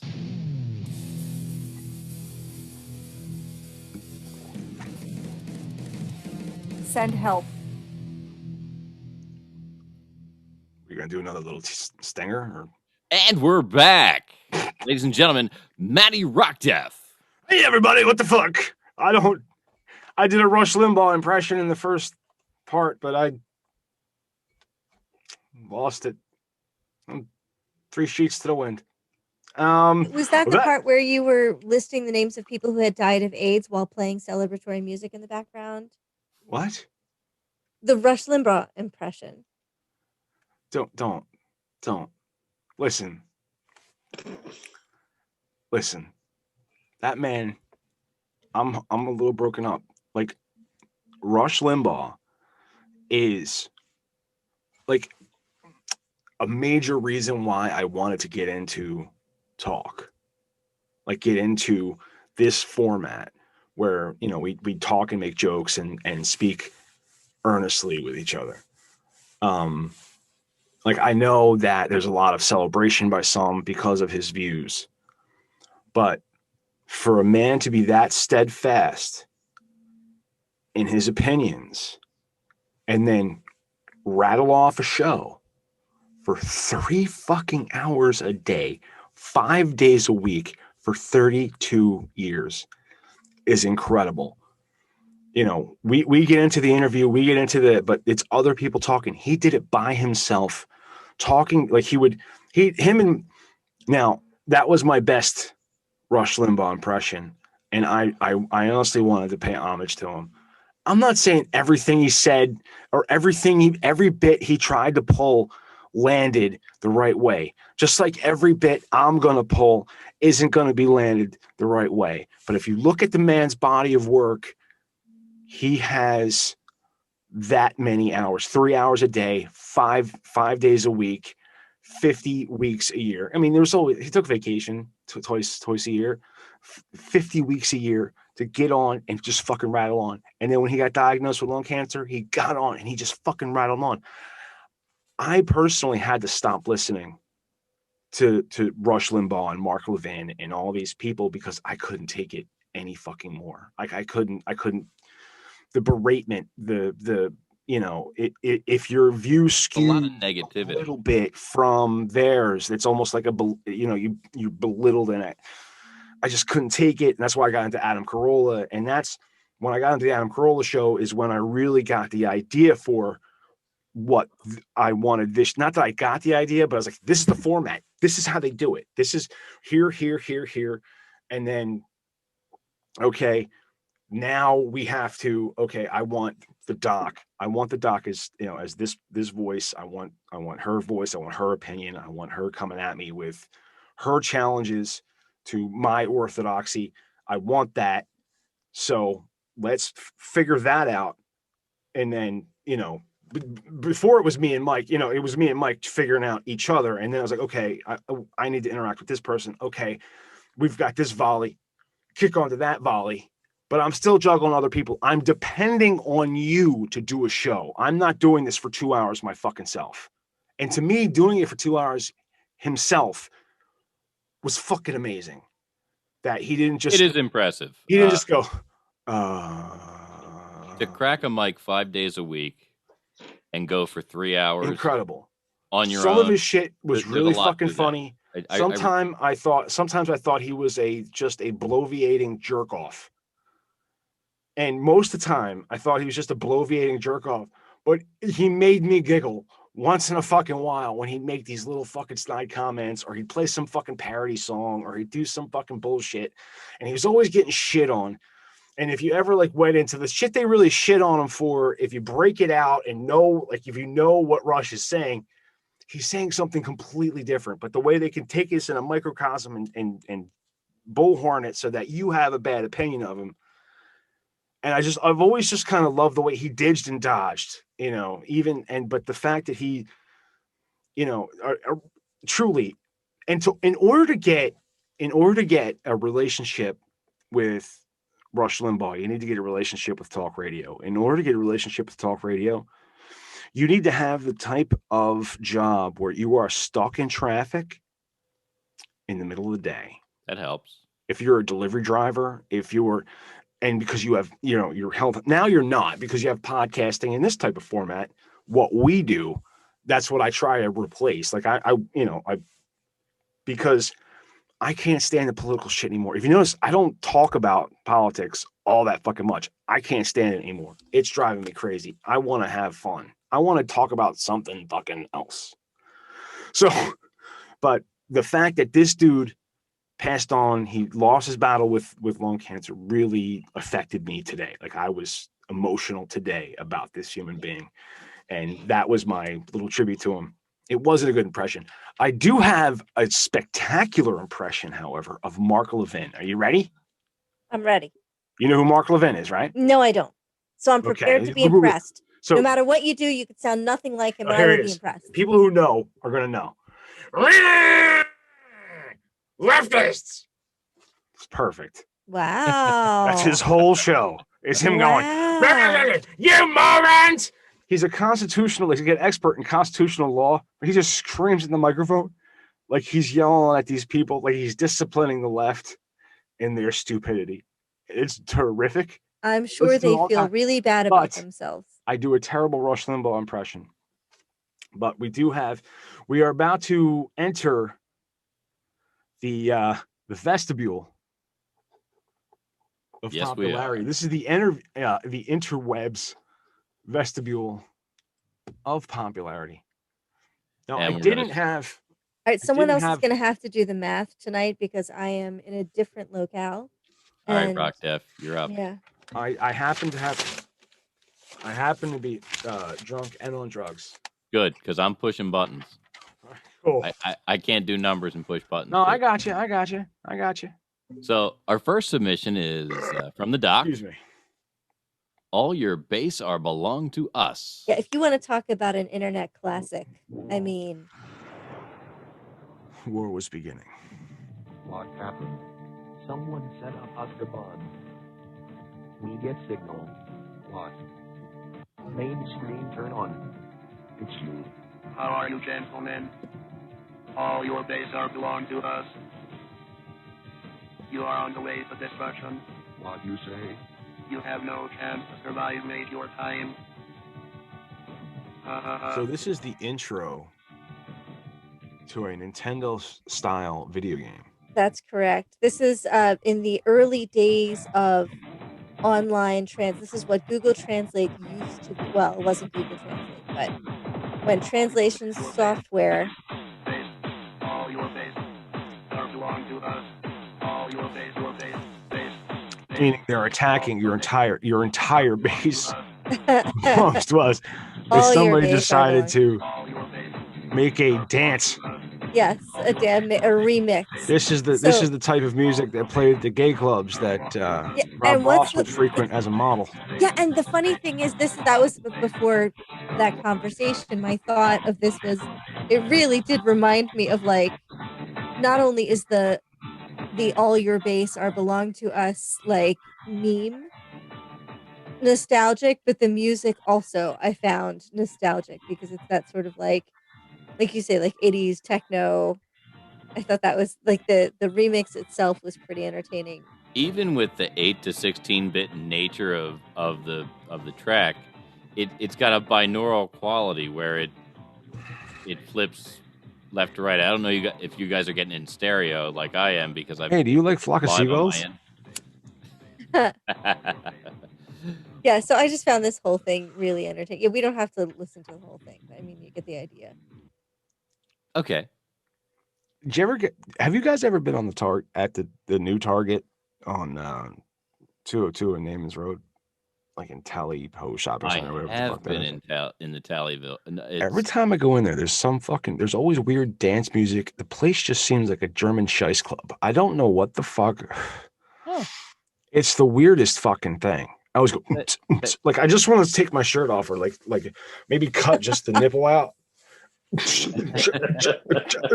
Why are nipples the theme for tonight's show? I don't know. This will be the nipple episode, number 15. Nipples are pretty fucking cool. Holy shit. I'm going to call it 15 nipples when I post it. I like it.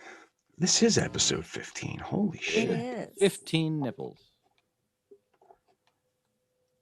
Those two dudes have been my best friends my entire life. Like, That's since awesome. I met them.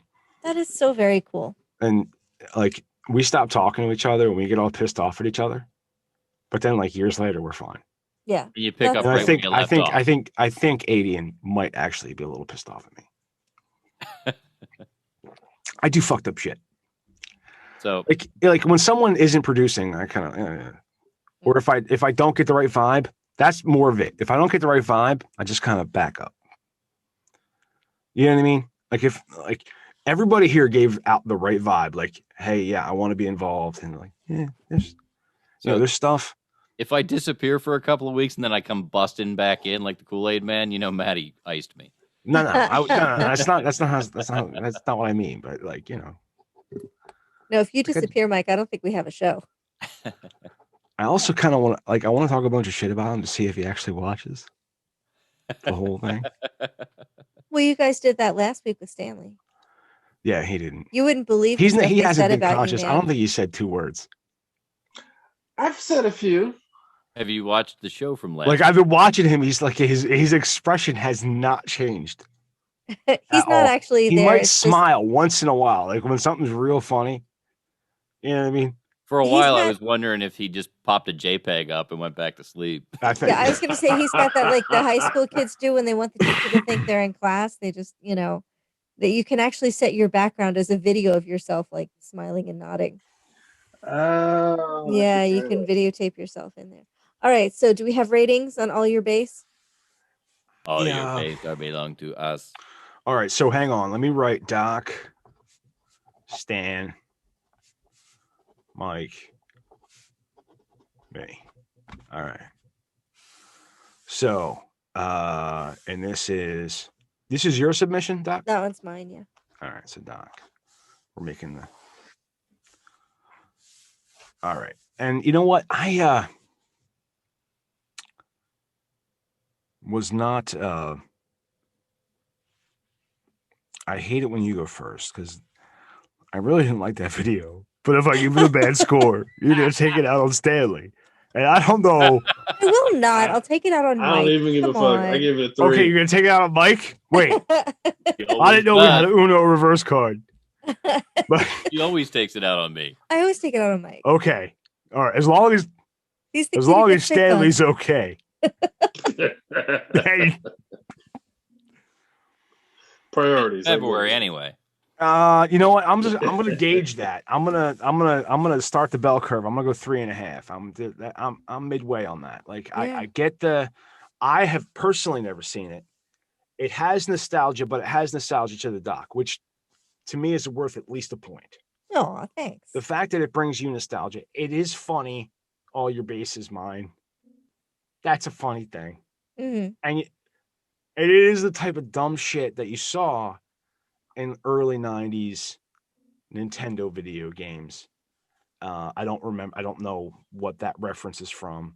I don't recognize the reference or the meme. So that's where I'm going mid-grade. Okay. Mid-grade. Right, you tell me it's funny, I believe you. Thanks. I'm going to hand it off to Mike. Purely based on nostalgia. This is old school internet. It really reached back, which I have to give absolute props to, because that's kind of where we are right now. We're reaching back to the depths of the internet, and it truly is a classic. Every now and again, it just pops up in pop culture where you'll see all your base are belong to us, and all the nerds are like, so and. The old nerds now, the young nerds. Well, are like, no, the young nerds who get it weren't even born. They're like, this is their parents' meme, and yeah. I don't even understand why they get it. Like the Code Kitties that started to pop up about 10 years ago. Mm-hmm. Like, you know what? I feel like that's they're not yeah. of the right age. Yeah, they get it because they've been raised properly. That's why. Well, yeah, and I'm actually probably just a dick hair on the young side for that. Well, maybe not, but it's definitely old school internet. Whether you had access to it at that point is kind of the determining factor. So I'm gonna go a little higher than Matt. I'm gonna go 4.5. Can I just interject here just for a second? Merit. I want to. and part of the reason why I gave it like mid-road was I'm a little thankful because it didn't seem that funny, but I get it. But now I'm in on this. I'm in on this joke, this new joke. You know, and just like people who haven't heard of the game. Now, oh see, shit! I got. If you don't know about the game, there are 2 rules to the game. One is if you think about the game, you have lost the game, and the game will only end. And by knowing about the game, you are now participating in the game. And will be until you die. Will be until you die, or the Prime Minister of the UK gets on national television, which would be the UK national TV, BBC, and declare the game is over. And if you don't know about the game, now you do. It's been going on for about 20 years now. Maybe and we 15, get a hiatus of years. like an hour or so, right? We get to forget about it now, and then you right. Like You're gonna now forget we're all about it, thinking and about then- the game, so right. you know. Exactly, and then But someone's the gonna next time you think when about you it, think about the game, you've lost the game. lose So it, once you lose the game, you have to, you've lost the game. Right. I just wanted to introduce that into the show. although technically the I game think is you part lost of the it show now. before me, because I only thought about it once you said something, and you had to think about it before you said anything. That's right. You have to lose the game to make someone else lose the game. Yeah. But the only way for the game to continue is for us to lose the game. The game should never stop. The game stops. This weird suicide bomber style. It's a bit like that, yeah. It's like that. Okay, so Maddie so you upped me to a what? A 4.5. 4.5, and a 4.5 from Mike. Mm-hmm. Sounds like 9. Well, sounds like 9. Stan? I'm gonna a generous 4. Whoa, a generous 4. That's kind of like, here, I'll let you look at it, but you can't touch it. I'm just gonna slip the head in. So Doc. All right, you know what, guys? Just for that. Can you just fix the lap? No. Right. Just let me get that.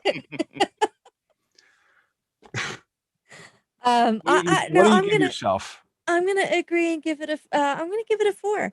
It was. I mean, it was. How can fun. you get angry at him for giving it a 4 if you're gonna give it the same score? When did I get angry? I wasn't angry. Oh wait. I flashed my tits. I mean, geez, that's what you guys wanted, right? You almost showed your tits. You for the 4. Uh-huh. So now you gave yourself a 4. Uh-huh. You're gonna flash your tits for me, Maddie? Just because I don't want to get the strike. We'll get the strike. They're paying attention to us now. You know, we get it's because we play this game that we get copyright violations all the time. Right, yeah. On YouTube. Yeah. Hopefully that doesn't translate to. Yeah, no, I mean, it was cute. It was fun. It was not my best entry. I'm not like, oh my God, that was the greatest. So we're at a 4. I sort of, I sort of pulled that one out of. All right, I got that. Yeah. All right. Okay. So who's up next? I have a submission from Stanley McFadden. All right. And it has to do with Donnie and his missing boat. Oh, yeah.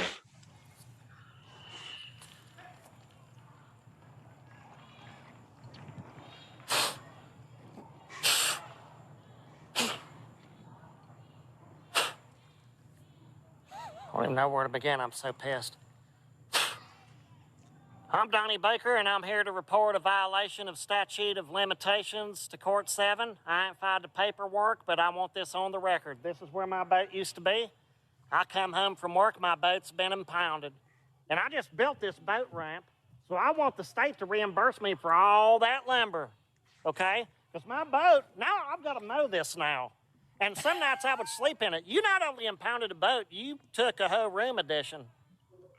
All because my neighbor to the north told the homeowners association my boat was an eyesore. Well, so's your wife, Mitchell. We ain't supposed to have livestock in this neighborhood, yet you married a sea cow. I'll say it right to his face. Wow. I'll say it right to his face in cursive, because he knows if he comes over, I'll scissor kick his gizzard and break his carotid artery. What am I going to do with this? This was my storage shed. This is where I kept her in the winter. And in the summers, when I was with Angel Skinner's, this was her stabbing cabin. But angels have wings, and she flew out of the relationship.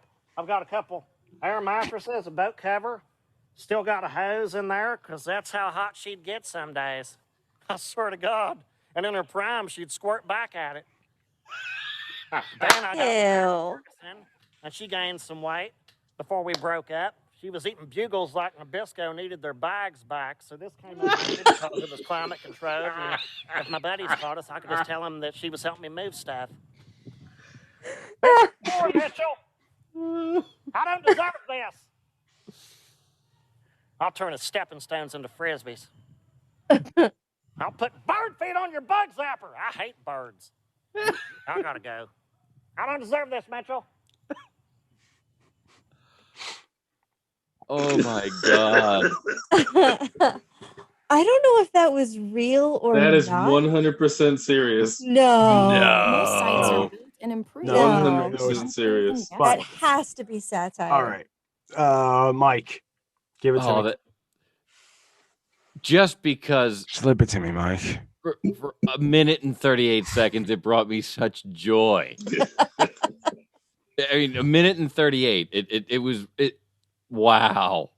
There was a lot in that minute and 38. There's a lot in that minute and 38. I'm going to have to go with a 6. Donnie and his missing boat was pretty goddamn funny. Doc. Wow. I started out so not. I'm like, this is the stupidest shit.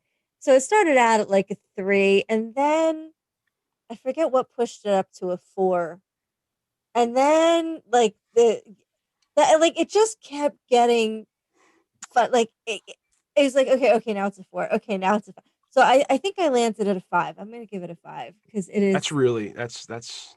I have to say, solid performance. The height that I went had everything to do with eating bugles like Nabisco their bag. That was definitely a point. That was definitely a point right there. Eating bugles like Nabisco needed their bags back. I was like, oh, now it's 5. All right. So I got to tell you, for me, from Stan, look at me. For me, nostalgia goes a long fucking way.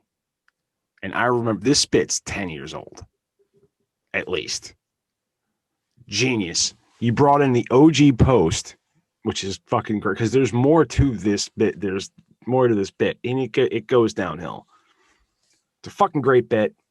I am, but you know what it didn't? Stan. Do you know what it didn't have? There were no titties. There were no titties. There were implied titties, but no actual titties. There were implied titties. Hot, sometimes she squirts back Now, at it. I'm not saying that the next submission, I'm not saying that any submission this week has titties, but by your own scale, by your own decree, cannot get a 7. Cannot get a 7 without titties. That is correct. However, that for me, that hits all the other marks. So, I'm going to go 6.5 on that one. Wow. Nice. That's hefty. Very nice. Because the mullet laden man in the baseball cap, that deserves some recognition. That gets more than just a 6. That gets a 6.5. And you gotta respect that. That's who I am, baby. What were we talking about? we were waiting for Stan's score. What do you give yourself, my friend? Keeping in mind that it cannot be 7. Can't be a 7. It cannot be a 7. But I feel like it can also not be a 6. Okay. So, and I don't want to do 6.5 because you did 6.5. But here's the thing. Let me explain this to you real quick. If you go 6.5, The math. It's real fucking easy. 6.5. No, don't All do right. that because no, that's not fair. When I'm keeping score, the math is hard. Okay, well, here's the thing. If it wasn't 6.5, it would have been 6.25. Well, give him a 6.2739. 273. Right. And which rounds up to. All right. So let me set this up real quick. I'm kind of I was drawing a blank this week. I just don't have anything. I don't know. I know it's my bit, and I thought it would go on forever, but I'm running kind of dry. I may have found the last video that we need to show. This is my submission. Oh, you want to show mine first? The one that I sent you that said Matty Boys. I went into my son's office and I go, hey, we do this thing because he doesn't fucking listen to my goddamn show, the fucking prick, and I keep shoving it on him. I say, hey, you listen to my show, asshole, or I'm gonna kick your ass. He doesn't believe me because he's in way better shape than I am. And I said so. Right, I tried that. It doesn't work. So, of course, this is the first time I've ever done that. Where did you send it? Oh, here. I'm sorry. Yeah. I missed it. Here it is. No, that's last week. I sent it to Michael Pico. Oh, you sent it to me. I sent it to you specifically because I didn't want to give it away. Okay. And you sent that in Messenger? Yes. Oh, okay. That's why I'm not finding it. I'm sorry. That's okay. Bear with me. Cramp. Fucking. Oh, fuck. Don't stand up.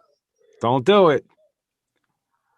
Oh, what the fuck? Yeah, I'm sorry.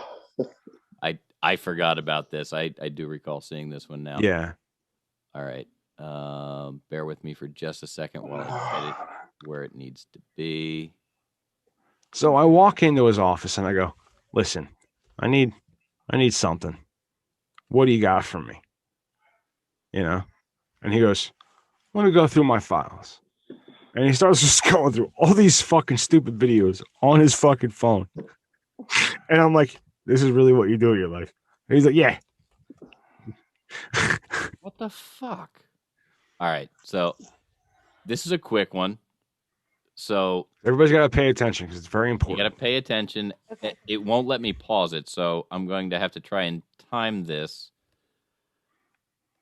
so that I can turn the audio on as well. So, because the audio kind of gives it away. Screen share up, bing, bang, and where's the audio? Like, why won't it give me? It's killing. Do we need audio? I feel like I've got the idea. It's no go without the audio. Hang on. Okay. Let me stop this and see if I can. I'm sorry. Are you sharing I should have delivered this in a better when you format. do the It's just because he didn't provide me with a link. He has this video sitting on his phone, and this is why he's. I've heard of shotgunning a beer, but I don't think that's exactly what's meant. Okay, so I'm gonna bring the share back. Bear with me for just a second, and I'll get the audio for us. So, bing. I think Stan's being abducted by aliens. Bang. And here we go. Move this out of the way. Get ready to start the. Okay, next time it comes around, we're gonna do the audio and go.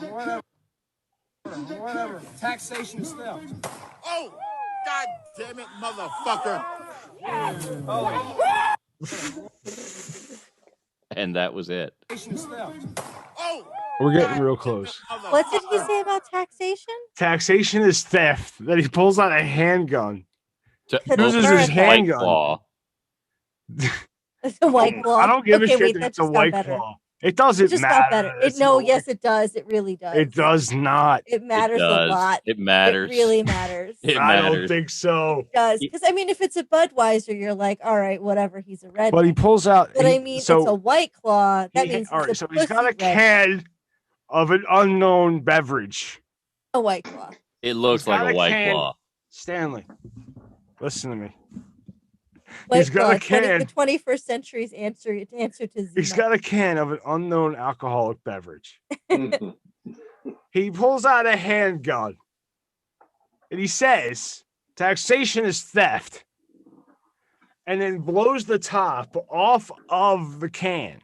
Of the White Claw. Of the unknown alcoholic substance. And then downs it. Maybe it's one of those like alcoholic seltzers. What do you think? That video could have Which gone makes it a White wrong Claw. so easily. Yeah, like he could have shot a finger off, but not for nothing. I would have laughed my nuts off if he blew his finger. Fucking freedom. Fucking freedom. All America. Right? This is what we Definitely need. We need America. fucking more freedom.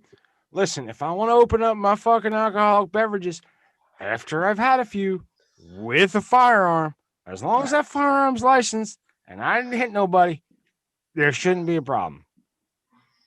I don't see a problem. Every American. I mean, I know who that guy every voted American for, but with 2 guns and the King James Bible knows that science don't belong in the classroom. Everybody knows that. Yeah. I'm gonna give that one. I'm gonna give it a. Oh, I'm conflicted. You should give it a 9. I'm not giving it a 9. No. Fucking great. No. I don't know. Maybe I'm in a cranky mood tonight. I'm gonna give it. I'm torn because like 4 feels like a really generous score for that video, but he so encapsulates like our culture and our motherfucker, our American zeitgeist that I feel like. Hell yeah. I don't want to give Embrace it less than a 4. Monster So trucks with snorkels on them. I'm gonna give it. I'm gonna give it a 3.9. 3.9. That's a generous score coming from the guy. Yeah. I'm gonna say that. Now, listen, my ex brother-in-law had a tube sticking straight out of his Ford Bronco 2 hood, straight out. I mean, straight the fuck out of his Ford, coming right out the hood. A tube, a piece of PVC pipe. Okay. And a rat trap, or how you prevent small animals from getting on into your dryer. So rat wire. Right. Coming straight small out animals from getting of his into my Bronco dryer 2. by not. And I was like, having hey man, this is my ex brother-in-law who lived in Browns Mills, New Jersey.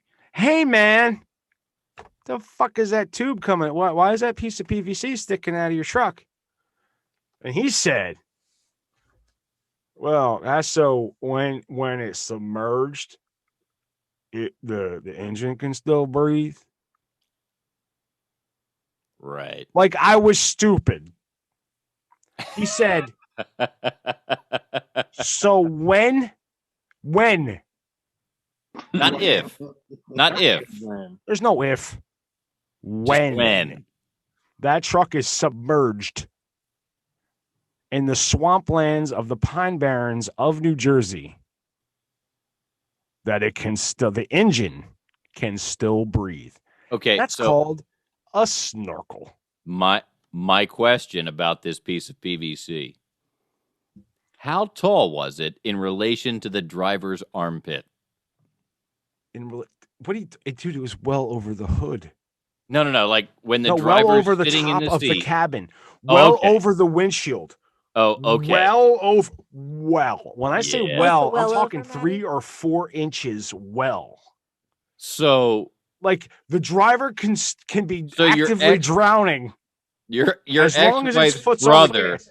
Your ex-wife's brother is moderately retarded. Yes. Now, she would kill me if this is a terrible thing.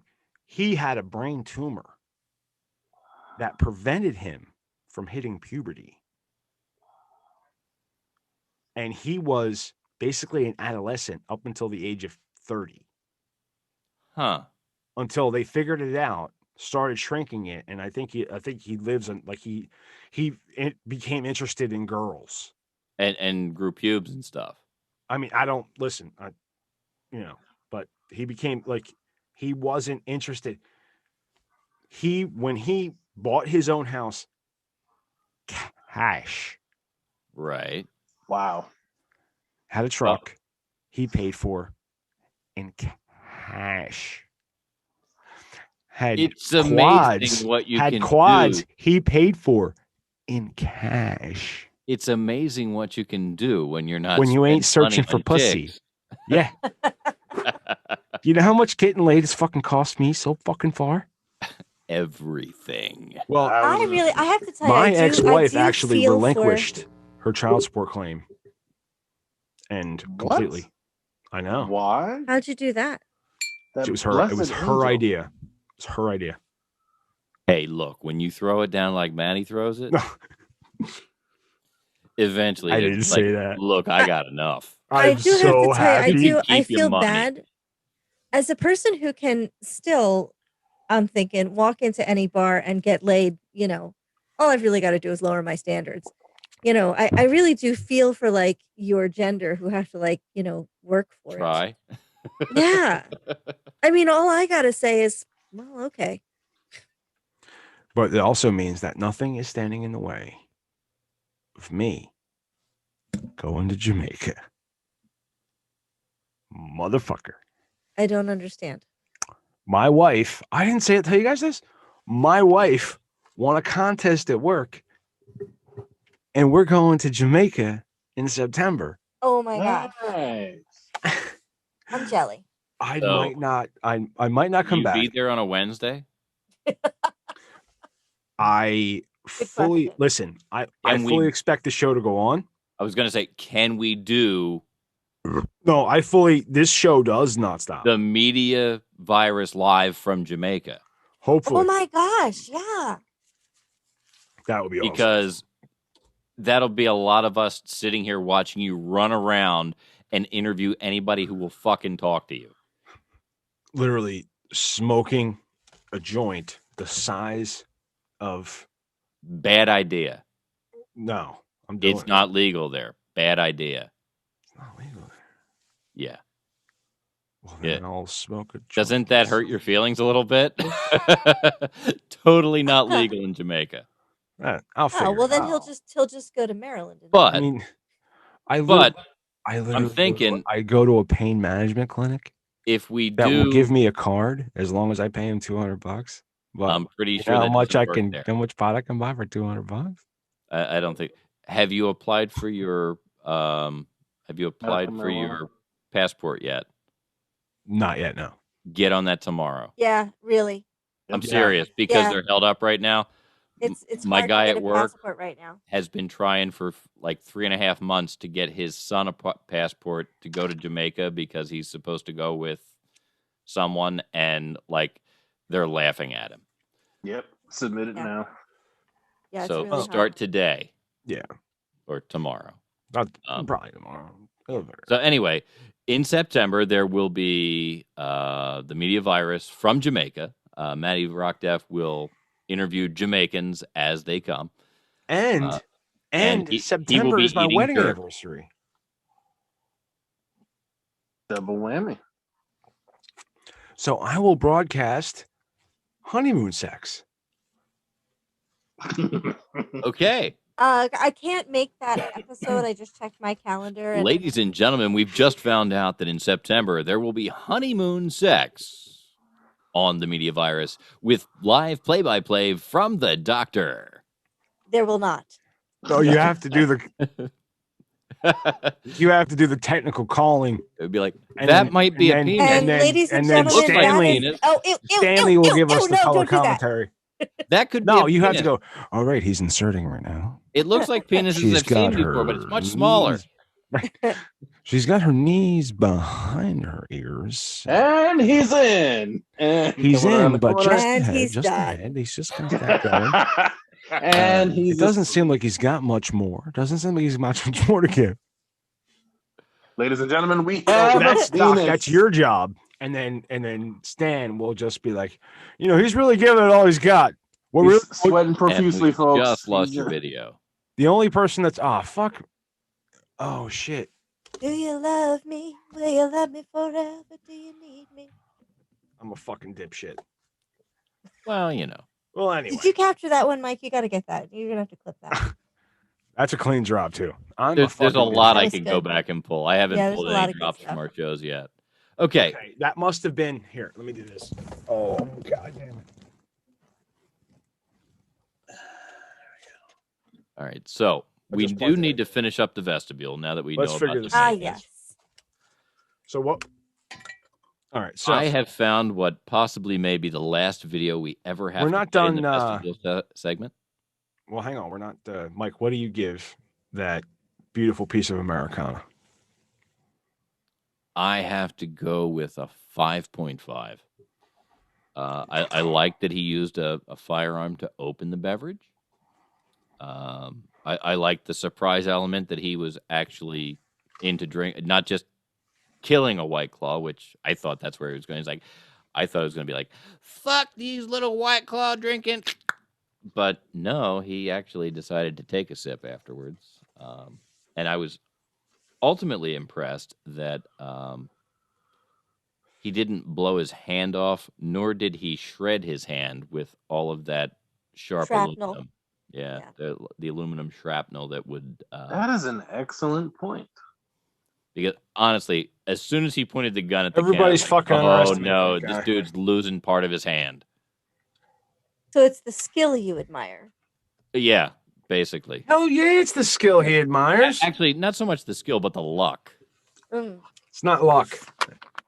Fucking America. America. So what did you give it again? 5.5? 5.5. Stan.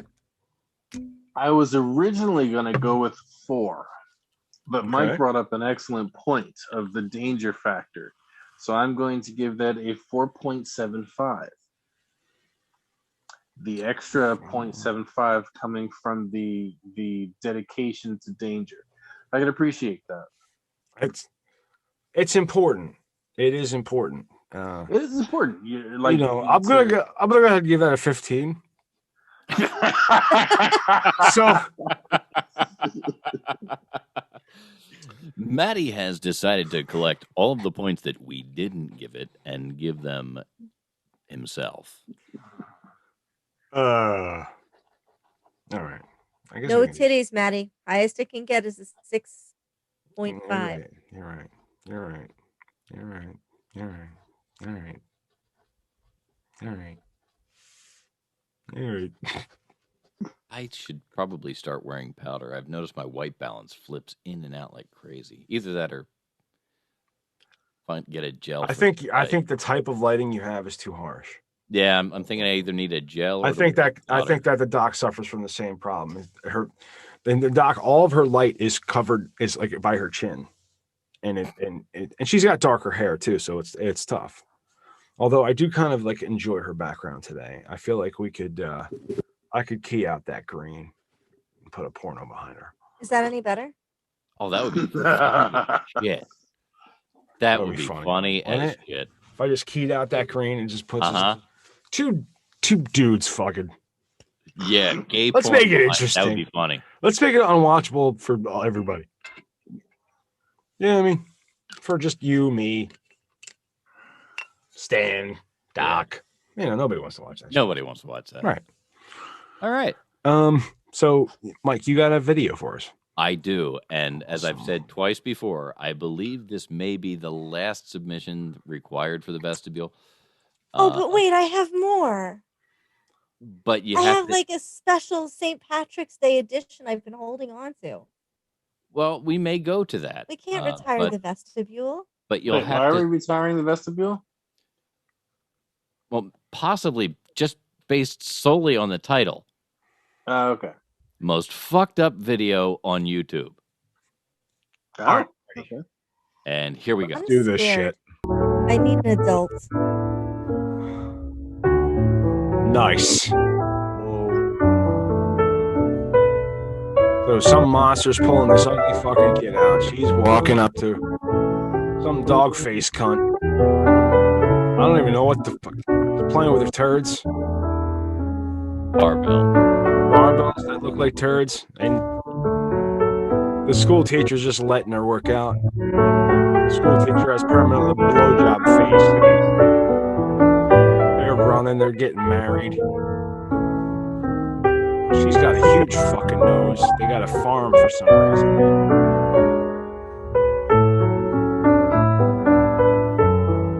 They're naked on the porch swing. But for some reason, well, now they're skeletons. Can we go back to where the nipples were? Now they're on the mortuary. Oh, now they're getting shoved back in. That's okay. All right. There we have it. I apologize, but I really felt, Mike, like that needed narration. I feel like the audio version would be extremely boring. Well, you narrated it quite effectively. No, that's what I'm saying. But I don't usually step on people's videos like that. Right. Yeah, it was. I get it. Right. Because I immediately saw that there was going to be no narration. This was just going to be the most fucked up video on YouTube. And it is. You should, if you're listening to the audio version, stop it right now. Pay attention to, not right now, but when you stop it, pay attention to the minute mark. Yeah. Of where you are in this podcast. Go to YouTube. Search for the same episode 15. All the way through. We're not providing any links. Yeah. I'm not linking this. I don't give a fuck. Shuttle ahead I don't care. or listen through. I don't care. You will get my narration through the video, and it will all make sense. So that's your task. And then drop a comment. Since you're doing shit, drop a comment. As long as you're there. As long as you're there. Why don't you hit like, hit subscribe. Drop a comment. And when you're done with Doc that, keyed out her green and is in fucking space. She's sitting on a couch in fucking space. With my diplomas behind me still. How cool is that? Holy shit. Oh, you got to fucking show off. You know what? I'm showing off my diplomas too. Look at them. So. No, wait, I have one. I just don't know where it is. I think my ex-wife has it somewhere. So does a GED count? No, I have an associate's degree from an online school. So shut the fuck up. Well done, sir. So once you've actually seen this fucked up video, I'm gonna need you to dial 646 virus 01. That's 646 virus 01, and cuss us, or cuss me because I brought the video. Cuss me out, please. Right. So after you go to, you're listening right now. You're listening on Spotify. You're listening on Apple Podcasts. You're listening on Google Podcasts. You're listening on. I didn't go through the treasure trove. I didn't go through the treasure trove earlier in the show because of the new intro, and I really wanted to pay homage to Rush Limbaugh. That was like my opening was that's what it was, and I didn't do a good job, but you know that's the way homages go sometimes. Sometimes they don't work. Yeah, once you go through that and then check out, check the minute mark right now versus what we are on the timestamp. You do that. So go through all that, like, subscribe, and then pick up the phone. I know it's for a lot of people, you have to go into like where it says dial. Then you dial 1. You don't have to, maybe I think you do have to dial 1-646 virus 01. Then you will you'll be connected. You'll hear Mike's voice, give you some prompts. You can take those prompts, or you can do nothing about it and just say whatever you want to say. Once the thing rings, once that happens, say what you want to say, right? No matter what you say, Mike's going to play it because somebody called, and that's exciting, right? I get so it. You're going to get on the show, and like for most cases, like we're going to get at least 30 views, at least 30. So 30 people are going to hear the stupid shit thing you said. And If you don't want to dial 646 virus 01, which is also 646-847-8701. Oh, okay. You could go open your phone book and find a friend. Maybe it's a friend you don't like. Maybe it's a friend you really like. Doesn't matter to me. Find that friend and call them and say, hey, I found this fucked up thing on the internet. It's called the Media Virus Podcast, and I think you'd really enjoy it. And then tell them how to listen to us. You know, in a lot of podcast situations, those three little dots, they're very powerful little dots. The little dots are, oh, what's this three little dots do? Pooh. Oh, share, copy link. Well, let me send this to a friend. Let me tell someone about this Mensa meeting that I've discovered. Yeah, so if you guys are enjoying the podcast, you can tell your friends. And if you are not enjoying the podcast, you can probably think of someone else you'd like to share it with. Yeah. Right? I mean, just inflict it on somebody you really can't stand. Either way, like, it's a win for us. Yeah. Jesus H. Christ, this is awful. There's 6 people I hate. I want to listen to this. Absolutely. Right. I'm all about that. Click on those pecker tracks and make it happen. Half of Rush's audience fucking hated him. Half his audience hated him. That's fucking statistics. They still listened. So, what do we think, guys? Do I get a score? I don't fucking know, yeah. man. I don't even know. I'm lost in the weeds. I'm gonna listen to everybody else. All right, Stanley, you're gonna have to go first on this because I mean, I already gave a score of Kiwi last week to Mike's entry. I'm a little confused as to how exactly to score it. So I have to tell you, in case you missed it, titties. There were titties. There were titties on more than one occasion. There was vagina. I think I have to go with a grudging 5. It's just that there were so many titties. Right. That's what bumped it like up. It wasn't pleasurable titties. Like I get what you're saying. I get exactly where you're coming from. Doc. What's your... It was an intellectual piece. A little too smart for the room, I feel. No, I don't think that was the problem. I really don't. I mean, maybe for this room,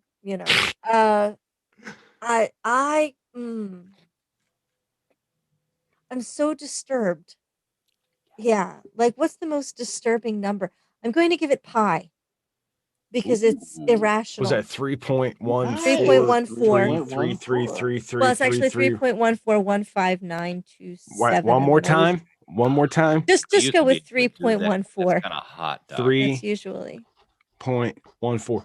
Speaking, you know what? Because we're into stupid. I'm just going 3.1. Just shh. I used to be able to go to like 9 places. Yeah, I got 7. Do you have that Texas mayor link? I do. Ready to go. Pull that up real quick. Because speaking of jokes that don't land, to go fuck themselves when they were freezing to death. Yeah. And I just want to kind of like suck it up and stop depending on the government. So we have a prospective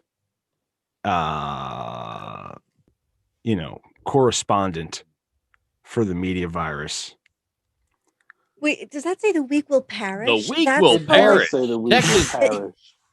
They will perish. Wow. What the hell? Does that mean they should depend on their churches? Go away. It's garbage. Hang on. I've got garbage. I got to get rid of it. You've got colon screening. Yes. Very important. Affectionately known as garbage. Okay. And it doesn't give me a back button. What the shit? Go away. The week will perish. Texas mayor berates lazy residents amid record cold and blackouts. And somehow, just based on the fact that it's Colorado City Mayor Tim Boyd of Colorado City, Texas, I'm guessing lazy's in quotes because, well, there's probably a few black people there. No, I don't. Oh, hang on.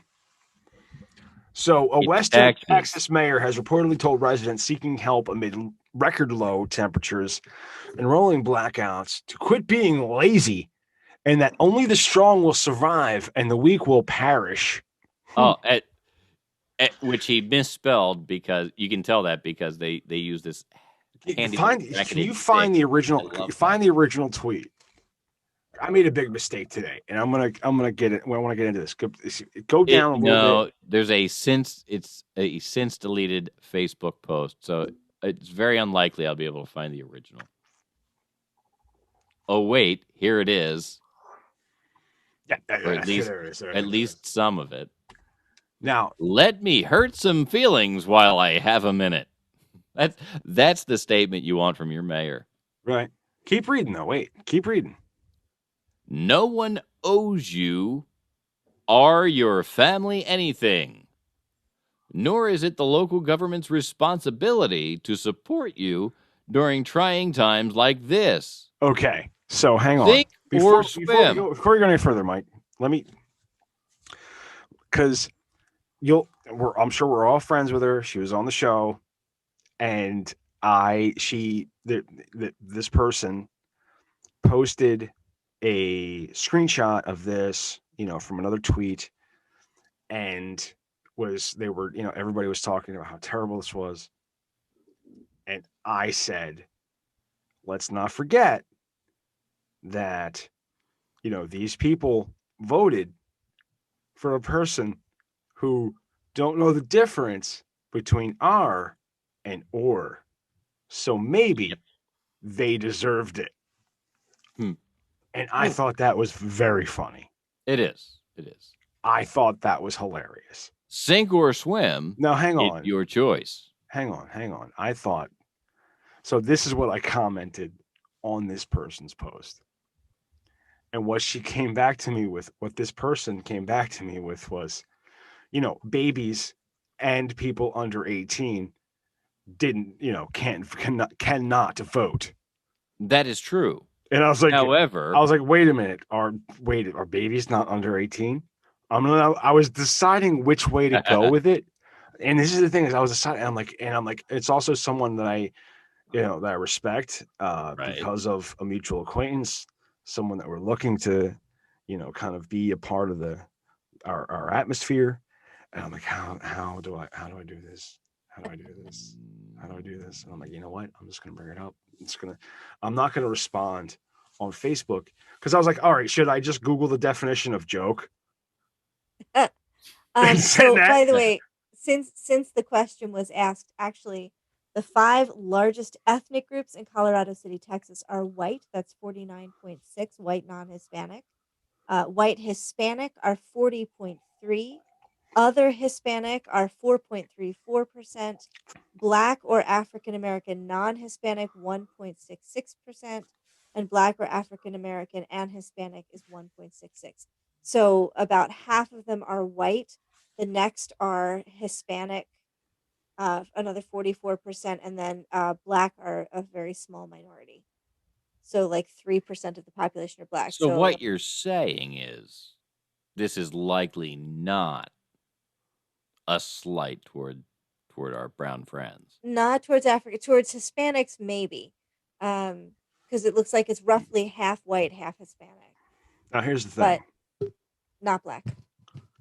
This is the problem that I have here. It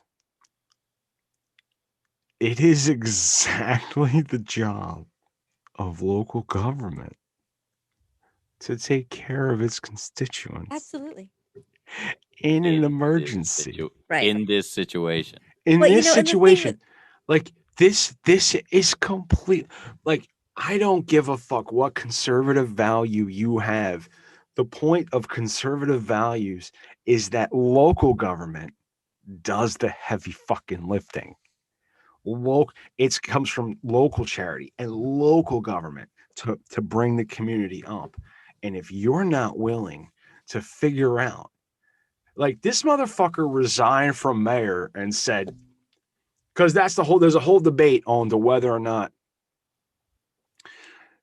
this dude fucking, debate that resigned before he posted this or because of this.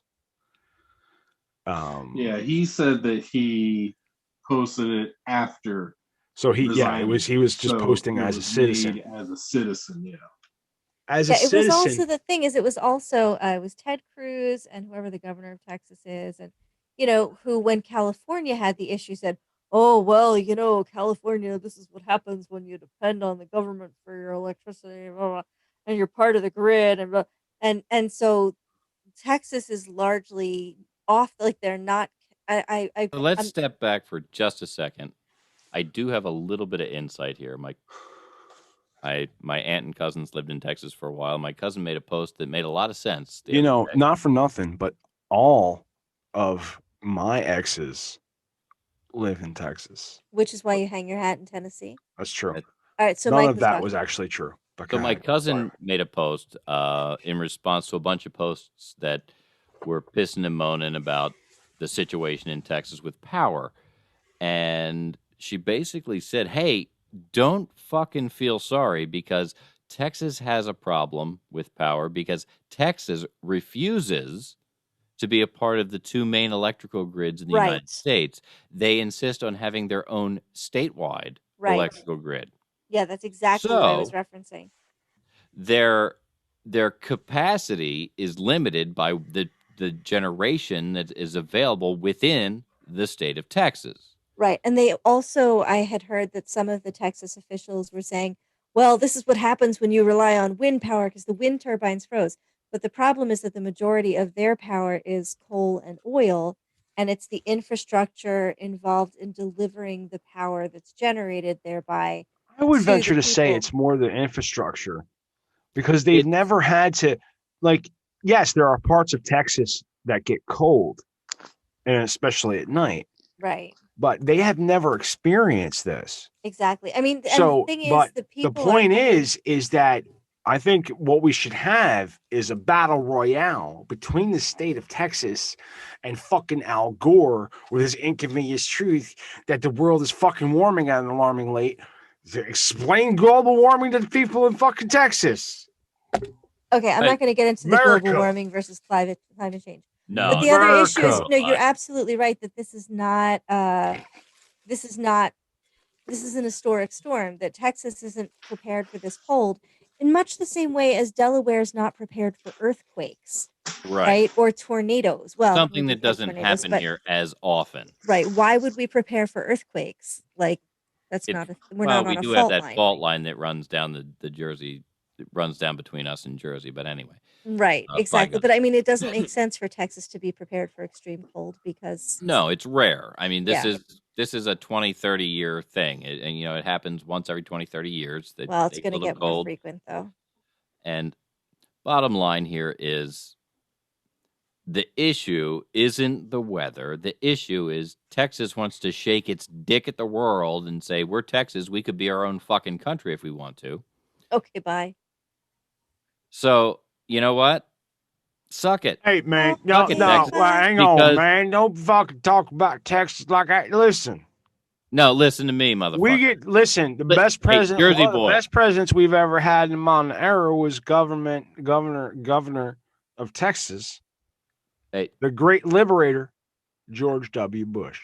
What I think is fantastic about this is that if you guys will notice, they did appeal to the federal government for aid, and Joe Biden did grant them aid, and they didn't even have to stand up and say nice things about him. Fucking Joe Biden. Really? Man. You know, it's funny because even though they voted for Republicans. Like I said, Texas has insisted on having their own closed electrical grid for the state. When there's an issue somewhere between Delaware and Ohio with power and they have generation go offline, somebody picks up the phone and it gets answered somewhere between New Jersey and 3 states over from Ohio. I'm not going to pick anything in particular, but over there in the Midwest. And they say, hey, we're boned. We need we need We help each other. 88 gigawatts on the States help grid right. to cover our need. How much is that going to cost, or how much do we have to give you next month? They work it out. It goes into a spreadsheet. Somebody says, okay, make sure that the power goes that way. And they ensure that there's the generation need is met elsewhere, and power goes onto the grid and travels that way. Right. And that's how It's the called chemicals sharing. get in the pond that make the frogs gay. It's not a terrible thing when you have an electrical grid where you just throw more power on the grid so that it spills over to where it's needed. Now, Texas, because they've always had a bug up their ass about not being their own country and only being a state, poor bastards. Yeah, I say fuck you, secede. That's basically all I can say. Fuck That you, is secede. unproductive talk. Really? Because I the don't know. Eastern Shore of Maryland's talked of seceding from the state of Maryland for years. In fact, they've also entertained the idea of becoming part of Delaware. No thanks. Well, the Eastern Shore of Maryland's not that bad. No, it's true. They have beaches. If you've ever really taken a look at a Google Earth, I have. Of Delaware, Yeah. it's a strange cutout. Like it is. It is. Like there's a whole peninsula we could be like. We are part of a peninsula. We're part of the Delmarva. Like, why does Maryland get two coasts of that bay? That doesn't make sense. Yeah, Like, it is. Delaware is a very weird shape. All right. Well, but that actually, still doesn't tell us what, the western border of Delaware is part of the Mason-Dixon line. How fucking weird is that? Yeah, I think the weird bit is the round part of, like, if it were like square and then just the coast was cut out. Do you mean the 12-mile arc that was measured from the spire of the courthouse in Old Newcastle? No, is that what that is? Yes.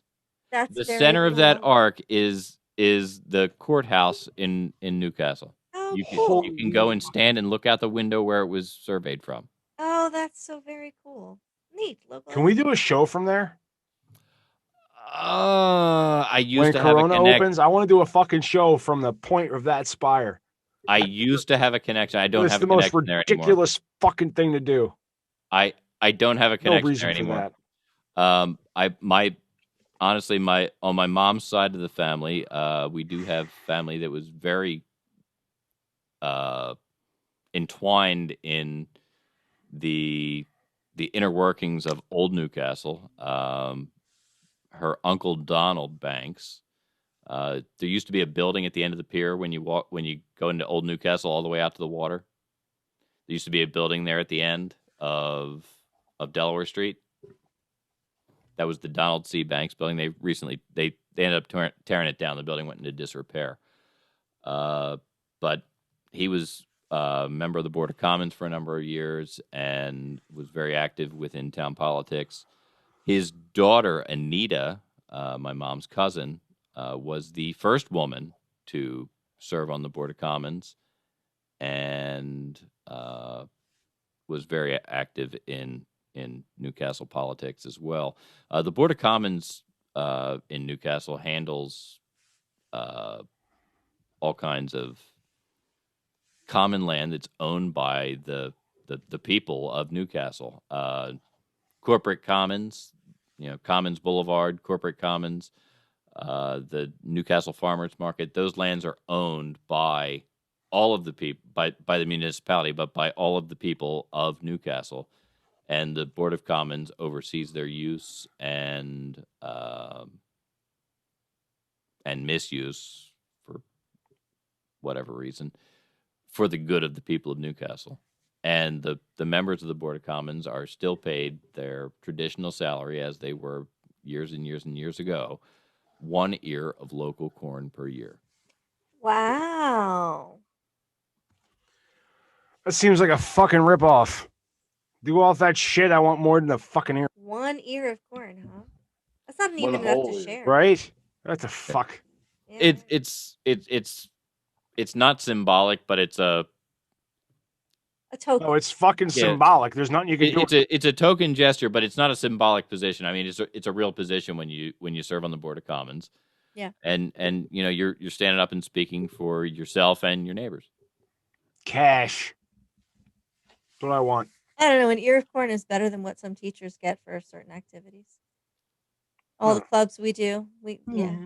So I was wondering, could we vote on my turd video? Oh, Well, what's your yeah. now? Are we the doc? Wait, Oh yeah, I'm gonna vote one ear of corn. That's what I'm Doc gonna vote. voted. Stan voted. Mike, what do you? I think it's a solid 6. Solid 6. I think it has a lot to bring to the table. Okay. I mean, right in the title, it tells you it's the most fucked up video on YouTube. Okay, that's good. I was about to ask what we were talking about. So, that was the most fucked up video on YouTube. That was the most fucking video on YouTube. I mean, I don't know. I'm sure somewhere down in the deep recesses, like you might have to go looking for it, but you might see a snuff film on YouTube where, maybe one, 2 people walk into a room, but only one person walks out. But Maddie, what do you give the video? I'm taking a long walk. Do you mind? You really are. And we're tired. I was going into a whole bit about snuff films. Uh-huh. You know what's funny? Oh my God.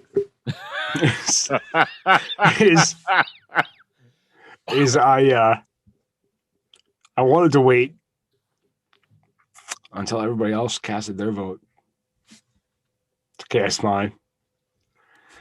But so you could shit all over me. No, I don't want to shit on. I wanted to see what everybody else had to say about it before I made up my own mind. And the only thing so this is what happened is I completely forgot about what the video was about. So you want to see it again? No, guys, we've been here for like 3 hours. But what we're gonna do is I'm gonna round Doc's score up to a 4. I am going to take Stan's as 5. You're 6. All right, that's fucking 10. No, actually, it's 15. That's actually 15. I had the bit written out. Okay, so it's actually 15. So 15 divided by 3 is a 5. So I am going to give. There's no reason to play it again.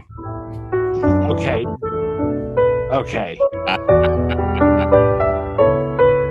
right. Maybe it was, you know how the brain blocks trauma? Maybe that's why I couldn't remember it. But I'm going to take the 4, the 5, and the 6. Boom. Add them together. It's 15. Divided by 3 is 5. I give it a 5. So that is a 20. So tied for second is Stanley's submission of whatever. What was it? I was much younger then. Donnie and the Boat. Oh, Donnie's Boat, yes. Donnie's Boat. So his submission of Donnie's Boat. And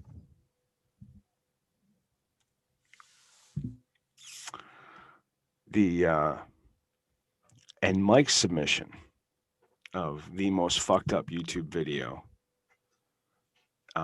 with a score of 20, which means that the winner is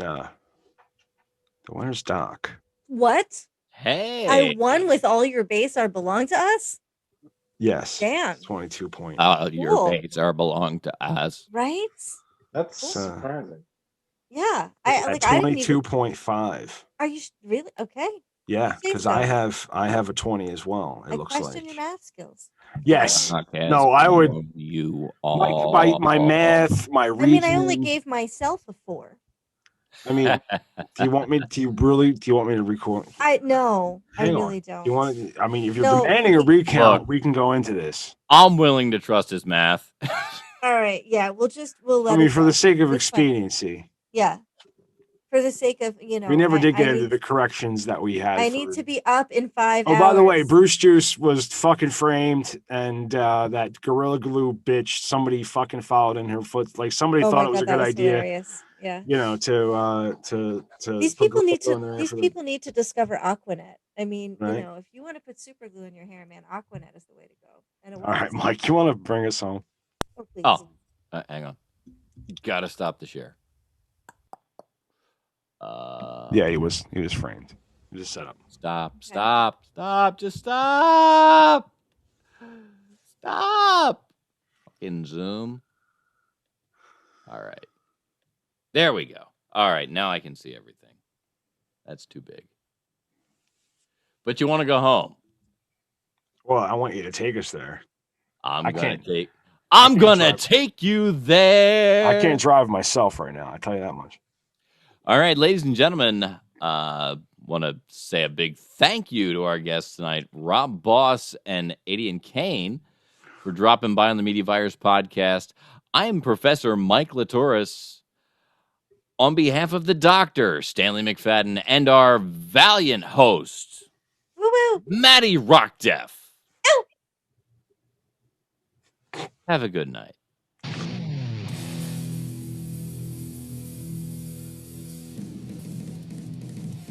Send help.